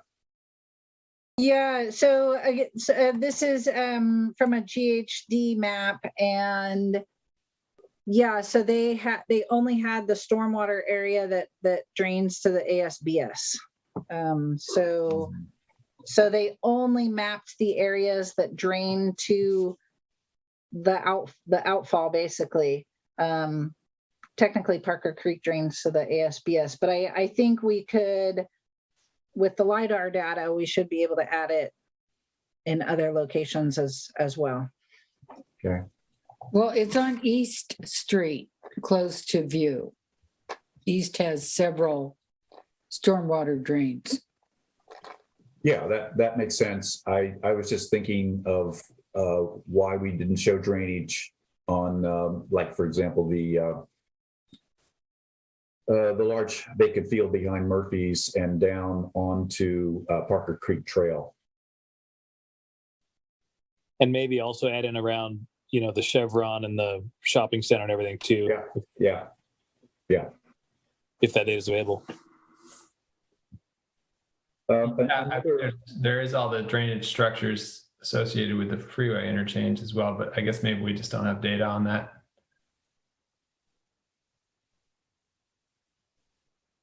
The water, that's a the good water point. company, the water people have some of that data, the treatment plant and the city hall.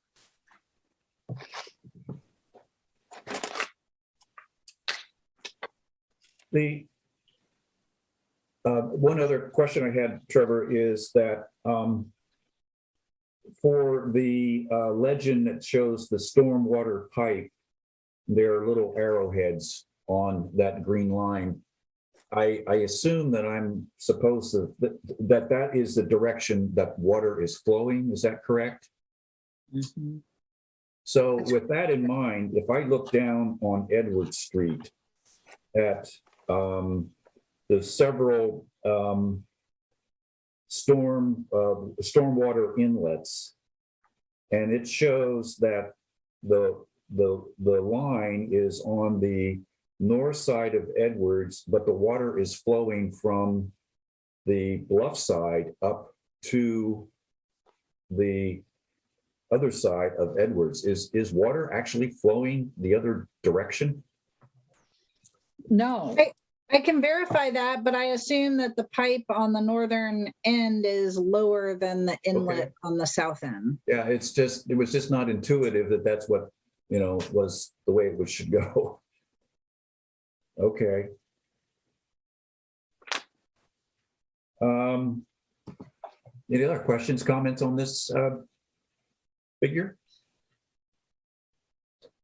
Just go take a look at all the work they did at the Marine Lab, Edwards, and down at the beach. It's amazing.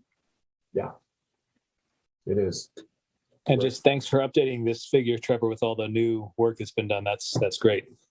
Well, they're still running around, the stormwater gang.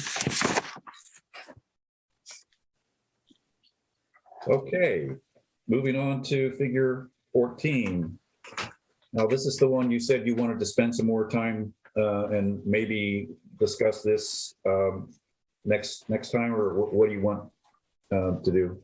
So tonight I'm looking for comments overall on the figure, things that are confusing, or, just like the comments from the last one. What I'd like to spend time on at the next meeting is specifically, do we want to amend area C. And I'm gonna provide you some more background information to help you make that decision. And that's the area, Trevor, that if we were to expand, we're concerned about the significant demand that could exist within that area. That's correct. The likely So demand, okay. yes. So, Okay. and I have broken it down a little bit.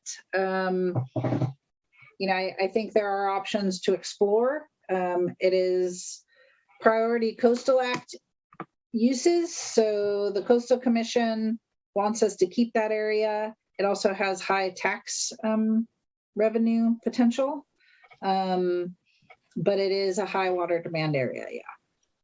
But they also have their own water systems that could potentially be incorporated. So yeah, it's complicated, but yeah, we'll talk more next month. So will you give us some background on their water, their existing water supply? I don't have a ton of background information. I have talked to, at one point I did talk to several of them. And so a few years ago, the water board adopted stricter requirements for small water systems. And I think the city was affected by that as well. And a number of them have upgraded their systems, like Ocean Grove has a pretty fancy new treatment system for their water source. Emerald Forest, which is the northernmost parcel there, I believe, RV park, they are still in the process of trying to get their system upgraded, and they have expressed a strong desire to hook up to city water because they're having some issues meeting those requirements. So I have some information on some of the systems, but not a lot. Thank you.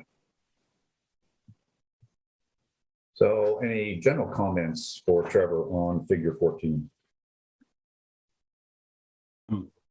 I have some. Go ahead. Maybe, I mean, I was gone last time, but what is the difference between A, B1, B2, and C? I mean, could you spell that out a little bit more? Yeah, I included it in the text a little bit. And I was torn between including those sub areas or not, but I do talk about them in the text because we prioritize them. So we did a water demand assessment a few years ago, and I broke the water service up into these areas. They weren't exactly the same as this. The A, B, and C, the overall letters were the same, but at least D, I think there were 3 Ds. But anyway, so that I could look at demand in a smaller area, that would sort of make sense for the city to look at potential annexation, what it could actually serve. It played into the update of the sphere of influence. So I'll provide some more background information, but it does come up in the text because the city basically prioritized areas A, B, and C when we. So the Rancherias Hotel prompted a lot of work on the city's water system, kind of looking at the city's capacity. And so the Planning Commission developed some policies. The council tasked the Planning Commission with developing policies for hooking up people outside city limits, and how to prioritize that instead of just, first come, first serve, willy-nilly. Should we kind of prioritize certain areas? For example, areas that might, eventually be annexed by the city. So that's where that came from. And so we could look at, demand a little bit more specifically and areas of the city's service area.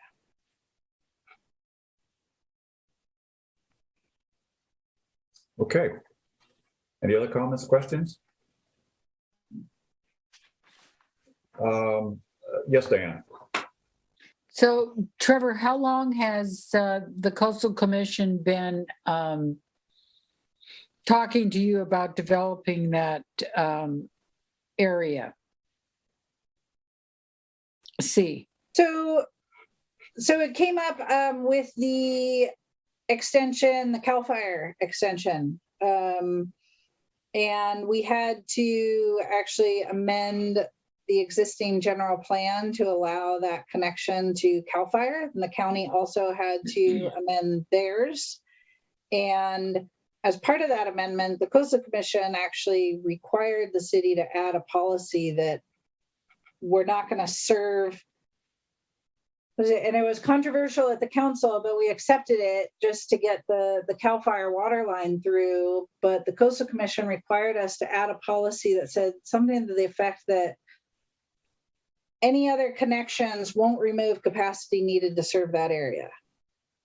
So basically saying we couldn't hook up anybody else if we didn't have remaining capacity to serve that area. And so we had to kind of look at, well, what is the demand from that area? And we can't serve it. And so it's an issue. And I'm guessing they're going to require us to add something like that back into the general plan, but it's not in there now. But I think they would be amenable to us shrinking Area C, because we did shrink the area west of 101 down to the water plant used to be in the service area. We took that out. So anyway, and I think this plays into what we'll be talking about next month too. So I'll provide you some additional background information on that. So that area where it is in C, could we put another water plant up there? Where some of those, I mean, water plants are pretty expensive, so that I don't know if that is really an option. But if the city, it seems like it would be a good idea because it's a good road, flat, and if there is water there, I mean, I'm just going to throw that out because the city's water plant is a snake to get there. You know, for the workers and then, you know, people that are traveling on West Haven Drive. So it's just an idea. If we're going to develop it, let's get let's get some water tanks up there. Yeah, I think you could do it with, I think you could do it with the treatment plant where it is, but using storage and pump. Right. You know. Yeah, because Madrone wants to help us with storage. There are grants out there for storage, and this is the issue now. Water. I mean, we have the ocean, but we still, if there's water up there in the ground, let's get it and put it in some tanks, because it seems like it'd be a good area. Oh, okay, just an idea. Okay, anything else on this map or on this figure? Once again, I'll ask if there's any public comments on this agenda item. Hearing none. So once again, Trevor, I don't think we need anything other than just a consensus that we're moving this on, right? Yeah, I think, yeah. So I don't think you need to make a motion. If you're comfortable, then I'm going to go ahead and finish my responses to the Coastal Commission comments. I've got a letter to go along with my responses that are in the actual document. And it will include the introduction chapter, the land use element, the conservation, open space, and recreation element, as well as the circulation element. I think the other thing that I will do, though, is I will provide this to the city council, because they're itching to keep working on the general plan. So I think they'd like to see it. So, but I will make clear that it's not in it's not yet in a form that is recommended for them to adopt, but it's going back to the Coastal Commission. But I do think we still have some figure work. I have all new figures for all the elements. So next month, I plan on bringing you all the figures, all the new figures, as well as these ones with the edits that we talked about tonight.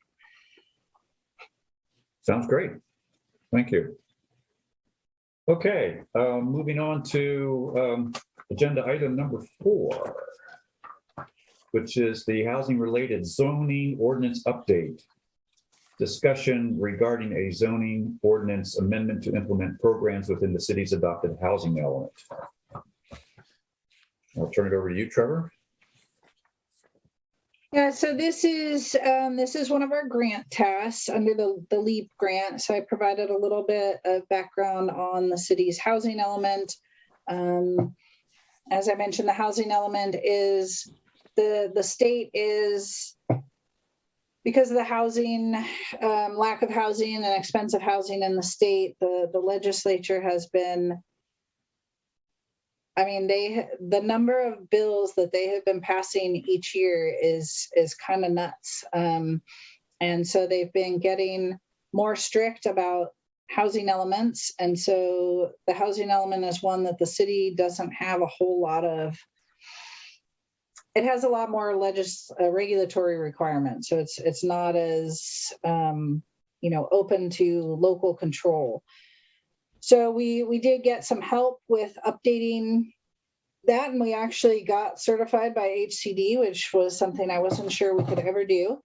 And the housing element has a number of implementation programs in it, and then the state is providing funding to implement things that increase housing. So we applied for some of this funding to implement some of the directives in the housing element. So this amendment is sort of a first stab at the low hanging fruit in those. So most of these are pretty straightforward. Again, you'll notice the definitions almost all come straight from state law, and the requirements basically just follow state law. So I provided you a summary. So some of the definitions are new. Some definitions are updated to meet the requirements of state law. The primary things in there are going to be employee housing is a new thing. The family daycare home is a specific. There's not just regular daycares anymore. Residential care facilities, single room occupancy units, supportive housing, and transitional housing. So again, these are all the city has to. State law basically says we have to allow these as residential uses, almost all of these. Like daycares are considered an accessory use, so they're now a home occupation. I added them under home occupations. Employee housing, single room occupancy units, residential care facilities for less than 6 people. Supportive housing and transitional housing are all allowed within existing single family residences. So they're basically considered a family and allowed within, just subject to the same requirements as a single family residence. So you can't have additional parking, you can't have additional setbacks, they're basically considered by the state to be residential uses. So in essence, that's what this is. I did note that it turns out implementation measure 7, HI7, the city does not have to. We are not subject to that because we're in the coastal zone. We're not in an urban area. There are a couple others I started to look at, but those are worded a little bit differently and use the phrase by right, and coastal development permits in essence are not by right. So I was thinking about trying to add those in, but at this point, I need to do a little bit more research with Coastal Commission staff again to discuss what that means in terms of coastal development permits. So, so like I said, this is kind of the low hanging fruit. I think it's pretty straightforward. You know, some of it might be controversial. You know, some of the you know, transitional or supportive kind of housing for homeless. But again, it's the state says they're allowed in a residence as a residential use. So I'm not sure there's much we can do about that. And then again, the likelihood of someone actually locating one of these things in Trinidad is super low anyway. Okay, thank you. Any questions, comments, clarifications requested for the staff report? Yes, Kristen. Yeah, I guess throughout this, you referenced the PD zone. Is that planned development zone, or what? Is that the same as mixed use, or what? Yeah, good question. So right now it's PD plan development. In the general plan update, we're proposing it to be mixed use MU, but it'll basically be the same zone, just a different name. Okay.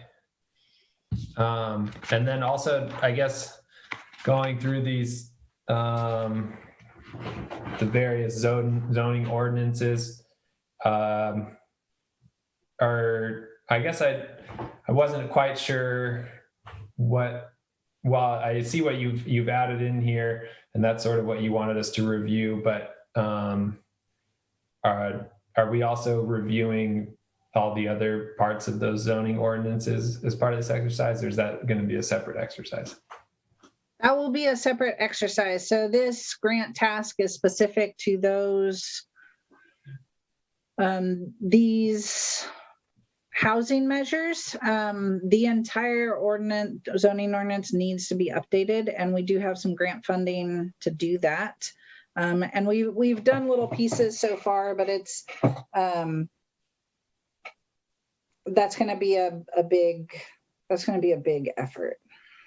So this is more that's not going to happen for several years. This is something we can go ahead and get done now. I see. Okay, thank you. Trevor, I saw where you added in items associated with HI1, and you discussed why we don't need HI7, but I didn't see anything about HI11. Is that, are you saying that what you previously said is that there's going to be another revision to this? I'm just not clear on what's supposed to be in here and what isn't. You're on mute. You're on mute. Sorry. The daycare centers, that was 11. Oh, okay. Okay. So it is in there. Quite a bit. So, and then again, just one last clarification. There's really nothing we can do about this, really. Is there? I mean, Nope. You know, I don't know. You know, I think the Coastal Commission, they have gotten the message that they need to be more supportive of housing. So housing is not a priority under the Coastal Act. And so they've been somewhat not particularly supportive of housing, but I think they've gotten directive from the state that they need to do more. So I don't, you know, if we didn't do anything, no one's going to come after the city. I mean, we're small, you know, a big city that didn't do this, you know, the state might send the attorney general after them eventually. The state is starting to do that a little bit. You know, again, the likelihood of them going after Trinidad is low. So I think if we did nothing, nothing would happen. I think if we tried to do something that was in conflict with state law, I think the Coastal Commission might call us on it because it has to be certified by them. And I think if we didn't do anything now, the Coastal Commission would call us on it when we do the big update.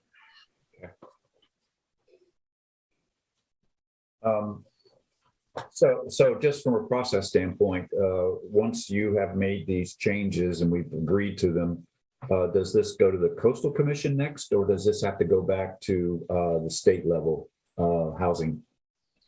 No, this is not something that has to be reviewed by the state other than the granting. We Okay. have to provide reports to the granting agency, which is HCD. No, this would be so the next steps for this, if the Planning Commission is comfortable with this as it is or making some changes, there is a little bit of noticing I have to follow for an LCP update. And send a notice to the Coastal Commission, for example, and then the Planning Commission would take formal action on this, and then it would go to the City Council for a first and second reading, and then it would be submitted to the Coastal Commission as an LCP amendment for certification. Got it. Okay, thank you. That helps. Any other questions on the staff report? Okay, as is customary, if we could just go through one page at a time, and if you have questions, just stop me and we'll go through this. Okay. Page 1, page 2, page 3, page 4. Clarification, Trevor. Under family daycare home 1708.275, A and B. So they're defining the large family daycare home and a small family daycare home. And a large one is for 7 to 14 children. I get that. A small one is for 8 or fewer children. So that implies to me that you could have, if you had 8 people or 8 children, you could be both or either one. So I'm a little confused. That's a good question. And this law recently changed where they only dictated that you had to allow small family daycare homes now. And then they also changed the number ranges. So it might be a typo. This might be 8 now. But then 8 would still overlap. Let me, I will look at the regulations again and clarify that. Yeah, thank you. Anything else on page 4? Page 5? Yeah, under 17, well, I guess it's throughout here, but it first occurs in 1708-4455. The second line, these manufactured homes are described using body feet. What is a body foot? Yeah, I didn't even know that either.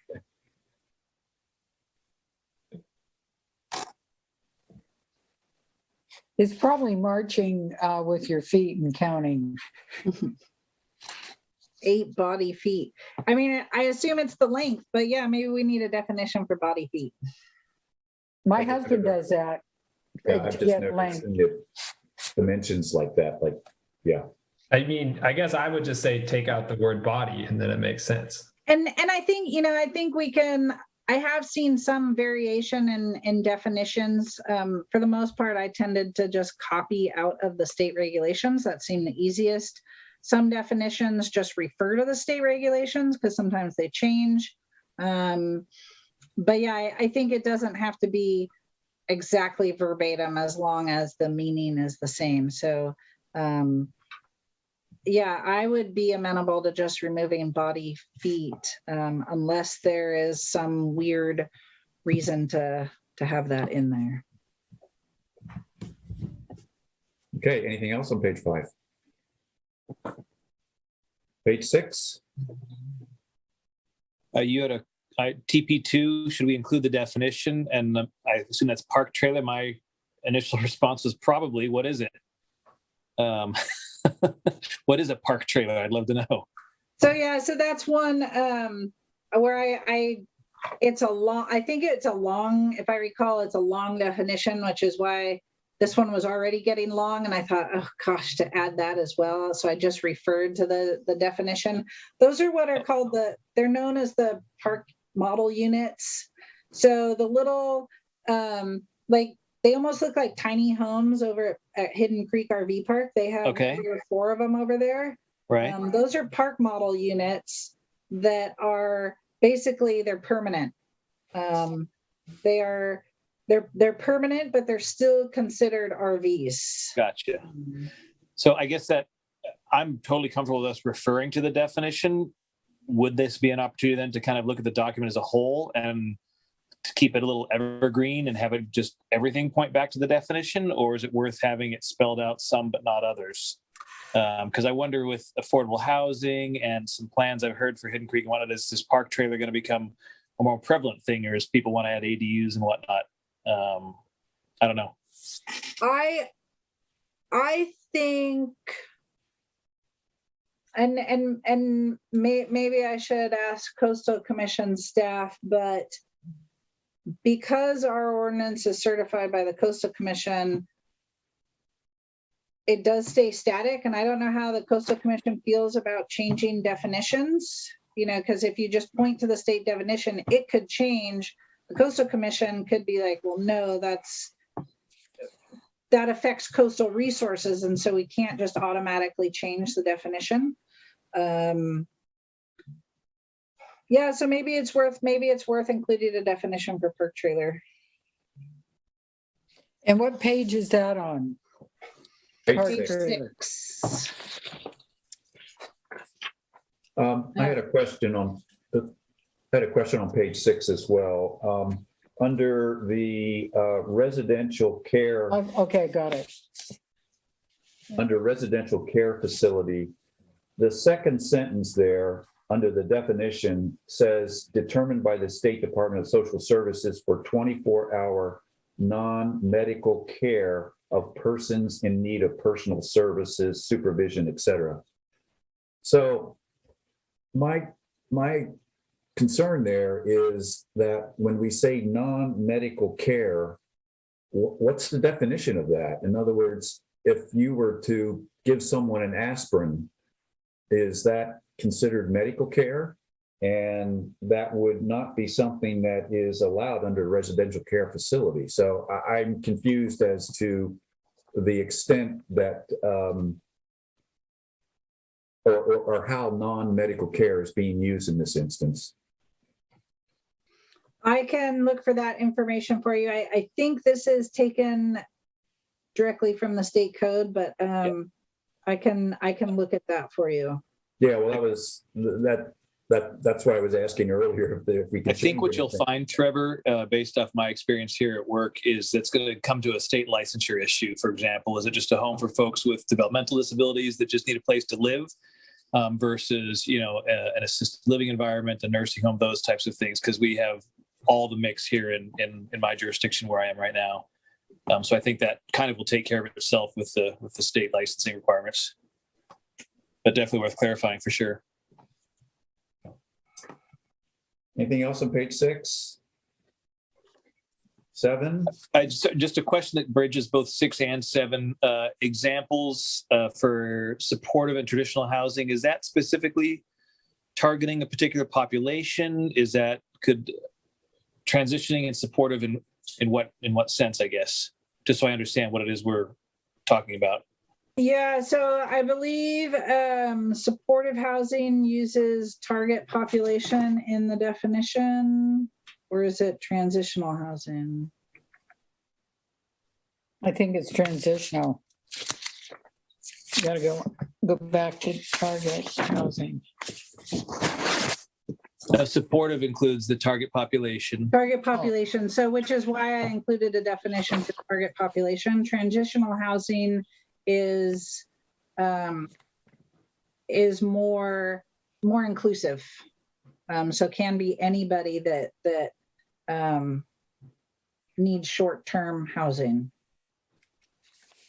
And doesn't necessarily need to be for any kind of medical condition or anything like that. It just is housing challenged. For in some kind of a crisis? transitional, yes. Okay. Yeah, so transitional is basically just, I think it's 6 months or less, anybody who needs it. Where supportive housing is for that target population. Okay. Okay, anything else on 7? 8? Oh, this is more of a general question, I guess, but well, I guess on 8.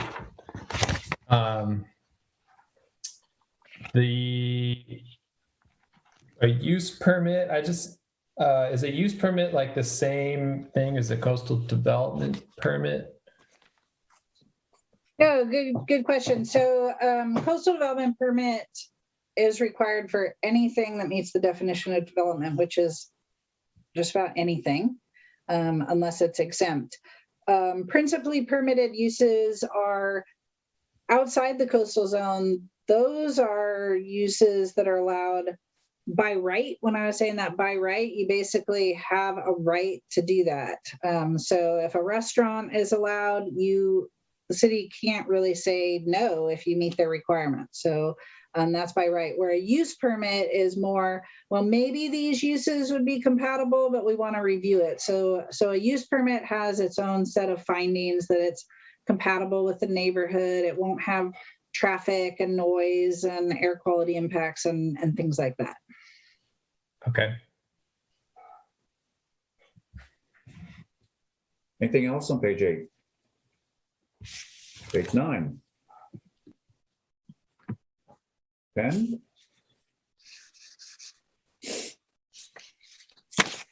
You had asked a question on page 10 about limit on the number or density. And it's a good question. I don't know that, and again, that goes back to my point of how much control do we have over that. It seems to me that we should have some sort of ability to limit the density, but I'm not so sure that we are allowed. So can you clarify that for me? I think you can. So single room occupancy units were a little bit more loose. And so I think you could. I think you could say a maximum amount or a maximum density there. The PD zone, that is the PD zone, right? Does have a density limitation based on septic. So they couldn't be denser than what the lot could provide for septic systems. So that's going to limit density on its own. But maybe you want to also limit the number. I don't know, say the lot behind Murphy's, I don't know how many single room units that lot could accommodate with the septic system. And you wouldn't until you study the soil and, perk rates and things like that. So we can't really say, but maybe you want to say, because of traffic issues or whatever, you want to limit it to no more than 10 or, whatever it is. I think you can do that.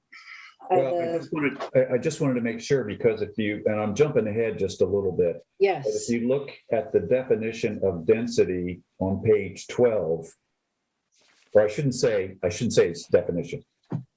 Page 12, under density B, it says single room occupancy units are not considered dwellings for the purposes of calculating density. So in my mind, that says you can have as many as you possibly can, and you can't limit it. Am I interpreting that right?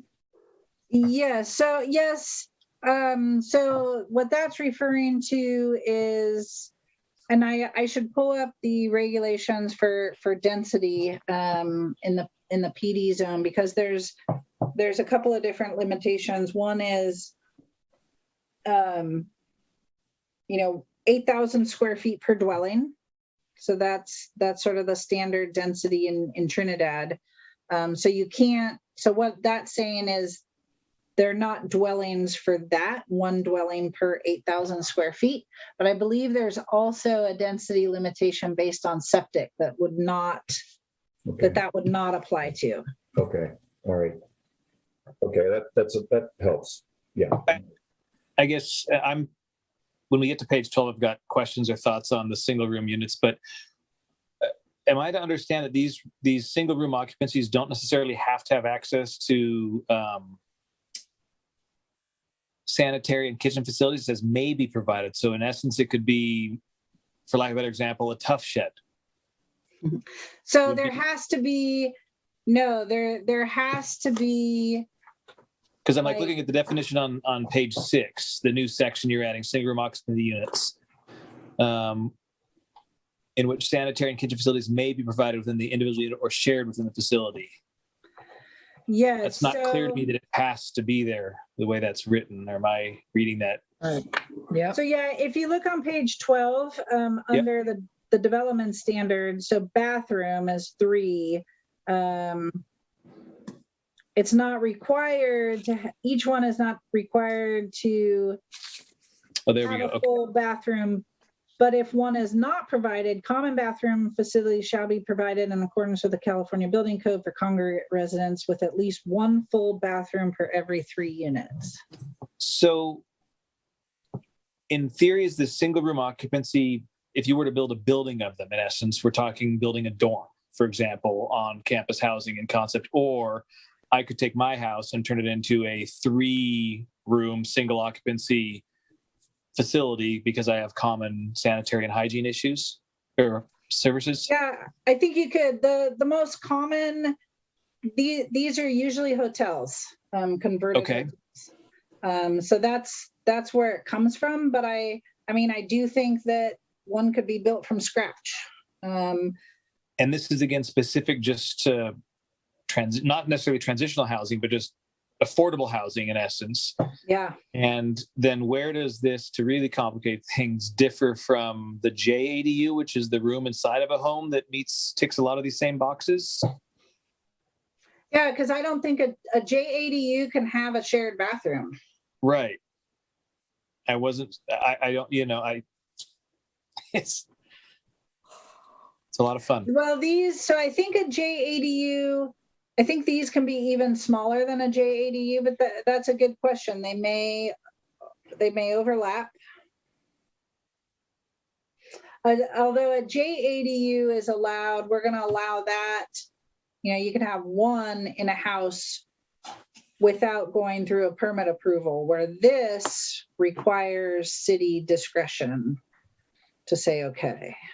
Which then section A on page 12, I know we're jumped ahead a little bit, but starts getting into adjacency issues with the single room occupancy, 300 feet of another one. If 2 parcels next to each other, then how does it, just things to think about and pencil in the margins here, right? JADUs, are those adjacent triggers? So either we need to say here, not including JADUs, or we differentiate them in the definitions. Yeah. Good points. You got a lot out of page 6, I guess.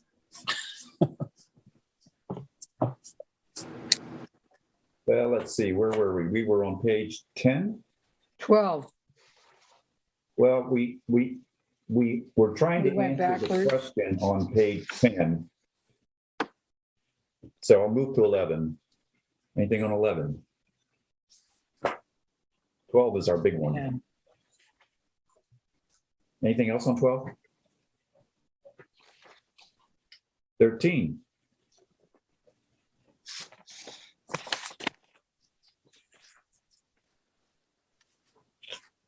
Uh, 14. Just back to 13, TP4 and TP5, the limiting and density, I think those things are all kind of interrelated, and we get some more detail on that. And then Was your question on TP5, the zoning administrator, is that going to be the planning commission or not? And I feel like in previous discussions, we had talked about defining who the zoning administrator was, because I feel like we've referenced that in other work we've done. Yeah, so at this point, it would be me. And so the regulations, I copied this from you zoning administrator, but I'm asking if you want to see that plan as part of the use permit approval process. And then another common thing that I saw was that you had to have an on-site manager if you had more than 10 or so units. So I included that, but I also thought, well, maybe you want to limit it to no more than 10 and, not even deal with that. So that's an option. I think you can do that. So I did pull up the density requirements for the PD zone. So the PD zone is complicated because it's written, so planned developments traditionally are something, they're on large lots, and you would cluster your development in one area and leave the rest open. And so the regulations are written a little bit differently than for other lots in terms of density. So the way it's written now is the number of dwelling units, you have to get your net development area. And then okay, so that was minimum lot size. So it's your net development area. So it's 1 unit per 8,000 square feet. So the single room occupancy units would not be limited to 1 per 8,000 square feet. And then it goes on to say, if septic tanks are the intended means of wastewater disposal, density shall be based on soil suitability and the requirements of the city's wastewater disposal regulations. So they can't be denser than what the septic system can handle. Yeah.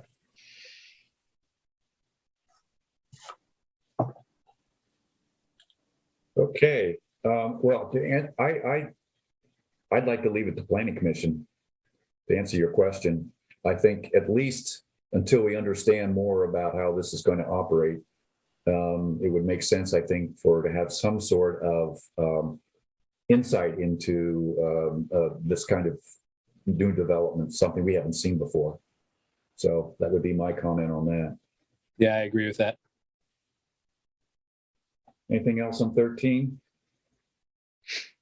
And do you want to limit the number or just see? I mean, I think as part of the use permit process, I think you could bring the number down if you think it's too much. But if you want to set a limit now. Well, from what you just said about density and the fact that we still are required to meet all of the OWTS requirements, that in itself defines the maximum density, at least. I guess the only question is, will we ever be in a position where we would have to worry about more than 10 at a time? There could be the lot behind Murphy's. There's still a few decent sized parcels in town that, depending on how they were to build it, could result in that. And housing's moving towards mixed use, with office space, housing, parking, restaurants.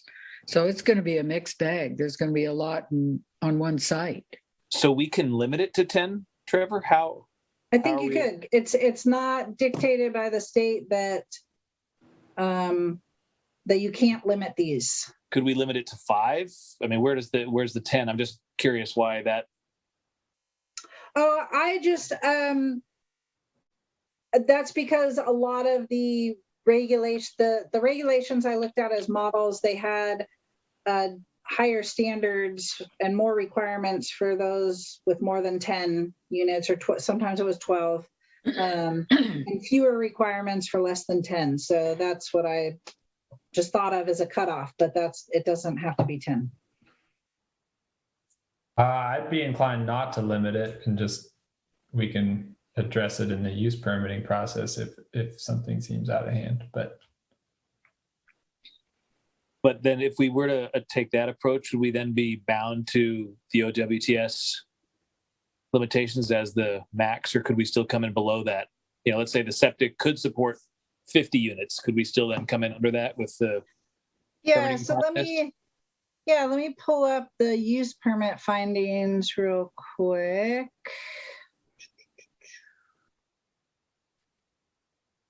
So these findings are that the size and intensity contemplated at the proposed location will provide a development that's necessary or desirable for and compatible with the neighborhood and community. That such a use will not be detrimental to the health, safety, convenience, or general welfare of people nearby, and that includes size, shape of structures, accessibility and traffic, persons, volume of traffic, off-street parking and loading, noise, dust, air, odor, landscaping, screening. So I think that those, provide you the discretion to say 20 is out of character with this neighborhood. And it'd be too much traffic and whatever your findings are. It would make it, again, the affordable housing is usually subsidized to make it kind of pan out for developers. So, if a use permit gives a developer, they could challenge or appeal you saying it's not compatible with the neighborhood, and they could say it's, that's not, you didn't have a basis to make that finding, and they could challenge you in court over that, as opposed to just saying 10. It would be easier to challenge, but again, the likelihood of someone coming in with a large development like that in Trinidad is so low, it's not a big risk.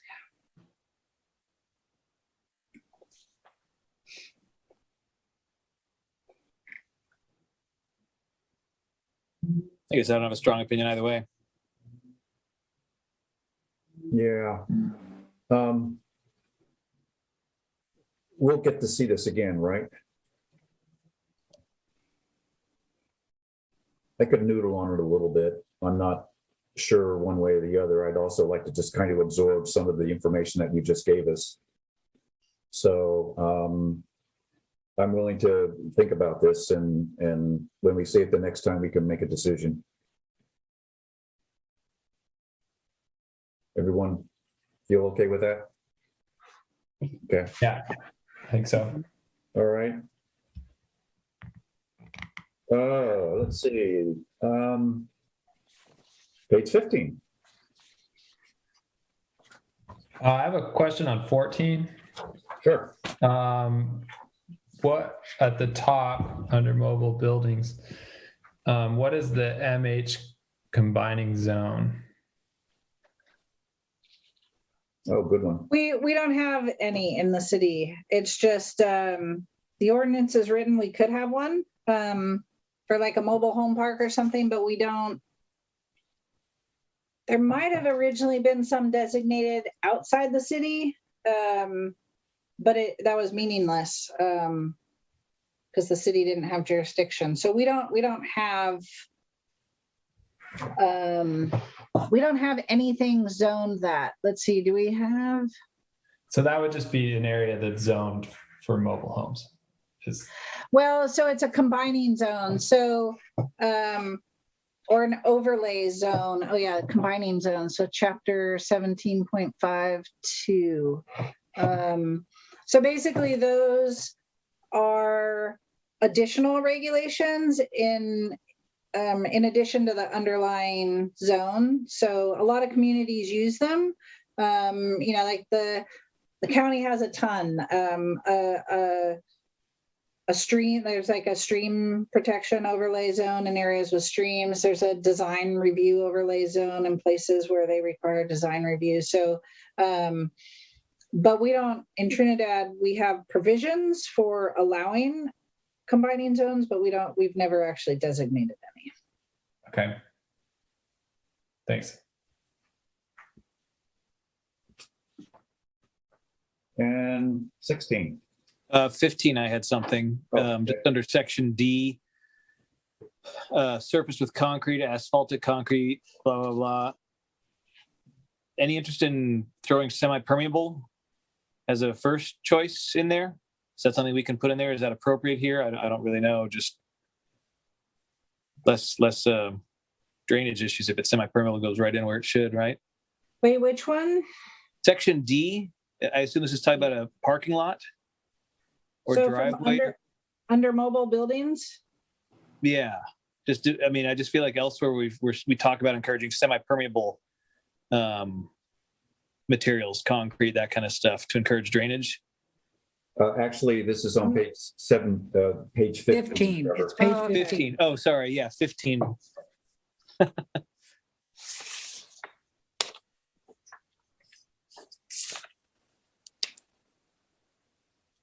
Yeah. Yeah, I think we could.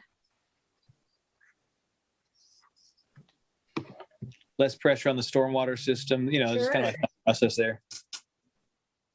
Well, I wonder if the operative word there is a parking facility for 4 or more vehicles.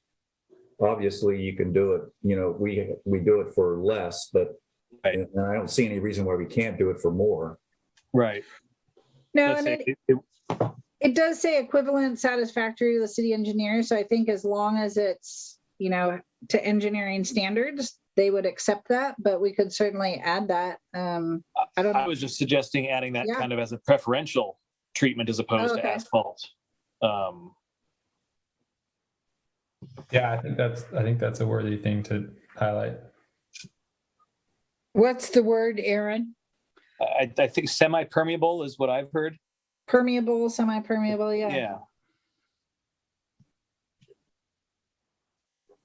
Yeah, I think I could add a sentence in there that would accomplish that. Cool. Thanks. Great. And I don't think that would complicate the amendment any. So yeah. And they didn't use that when they put in the sidewalks. And 16. Okay. On 16, there's that, let's see, letter F, with regard to lighting. Can we remove that lighting requirement?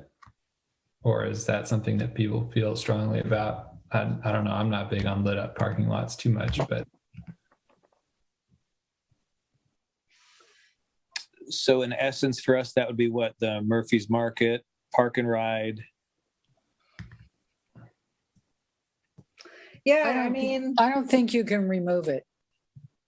I think it's a public safety thing. It is. I don't know that the city has ever told anybody, you need to light up your parking lot.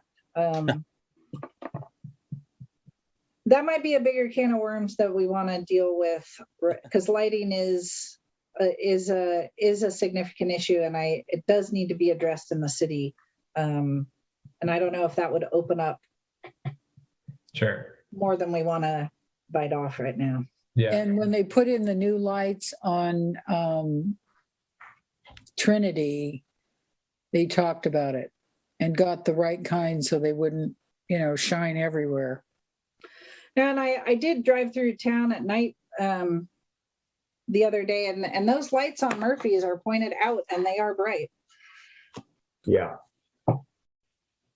Yes, I'm aware of that. Okay. I don't believe that there's any public still with us, but I will ask if there's any public comment on this agenda item. All right, hearing none, I'll bring it back to the council, back to the commission. Trevor, yeah, you did say we'll see this again. So We'll see this again. I think it sounds like you guys don't have major issues with this, so we should go ahead and pursue the amendment under the grant. So I will go ahead and just send out the notice, because it has to get to the Coastal Commission, I think 6 weeks before it's actually adopted. So I'll just go ahead and do that. Doesn't have to be 6 weeks before your decision. It has to be 6 weeks before the city council, but I'll just go ahead and do that so we don't have to worry about timelines. And we'll have an official hearing at the next meeting. Not that this wasn't official, but Okay, very good. Thank you. All right, next agenda item are commissioner reports. Any reports from commissioners? Okay, next item is staff report.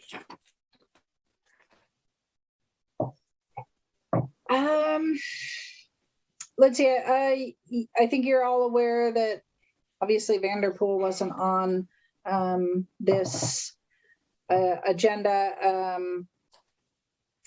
So you'll probably be hearing from the neighbors and possibly them for the August agenda. Other than that, we have our LCP grant agreement. I haven't really jumped into that yet. We've got so many other grant tasks, but yeah, I think we're making good progress on SB2 and LEAP. We're starting, doing some work on the OPC, starting the outreach on that, and I'll be starting the LCP update as time allows. And I don't think I have anything different to report at this point. So Trevor, do we go to the city hall and get a paper on the Vanderpool project?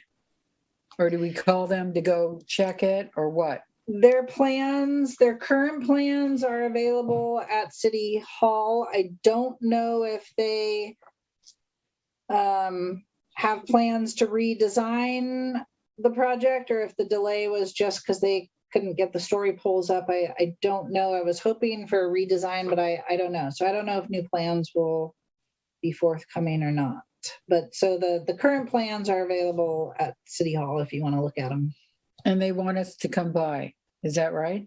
Well, I think the neighbors want you to see the view impacts. And so they're reaching out to you individually because I kind of gave them some warnings on Brown Act, and that you guys couldn't, all meet out there together without having it in an agendized meeting, so that they should contact you, one at a time. And it's perfectly fine for you to meet with the applicant and the neighbors and hear their viewpoints. And I think it would be beneficial to see the view impacts, because this is going to be it's going to be a tough decision. And so I do encourage you to do that. You just have to disclose it at the beginning of the hearing as ex parte communication, and provide a little summary of what you talked about. And just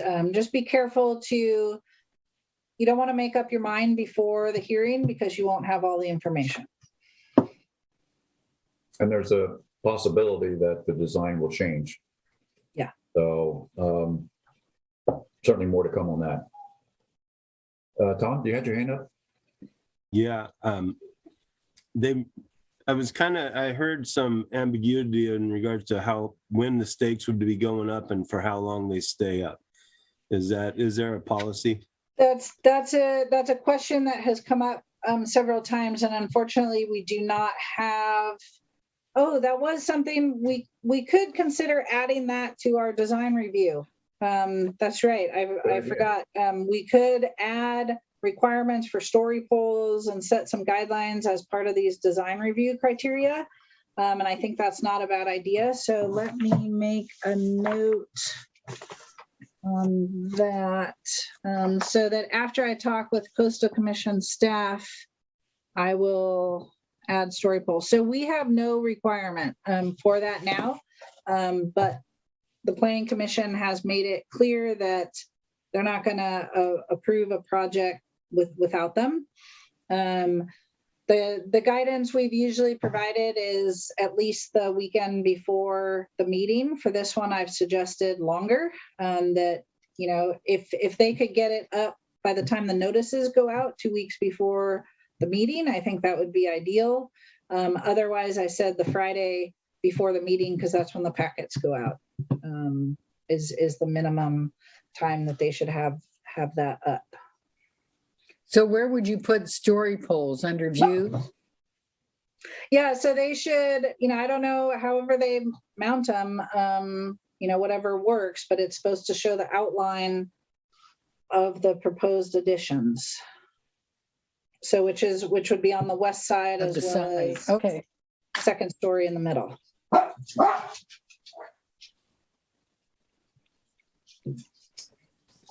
Okay, future agenda items, anything new on that, Trevor?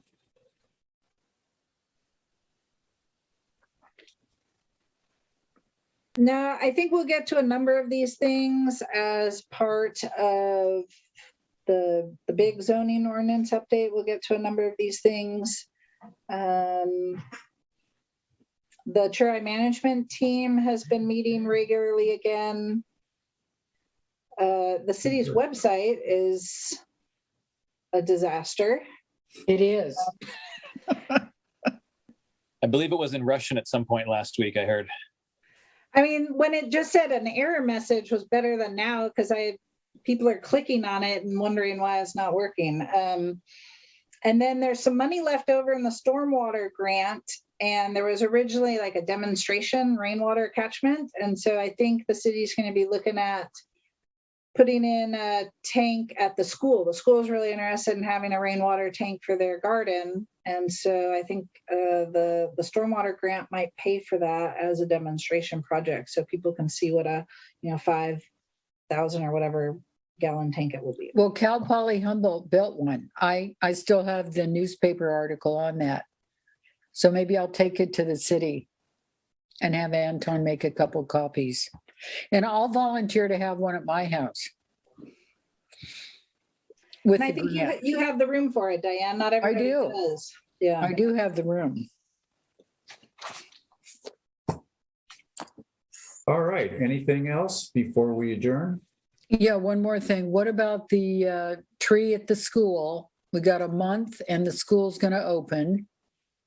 And the tree is still a little bit in front of the sign. It's not a big deal, but it needs to be clear, And I could call her. I haven't called her for a couple months, and I'll say, hey, you're getting ready to go. Where are the landscapers? They need to prune it back a little so we can get, all the information. I like the sign. I actually do. I think it's okay where it is, and it's readable, but the tree still, the agreement was that it was going to be pruned. Well, that was an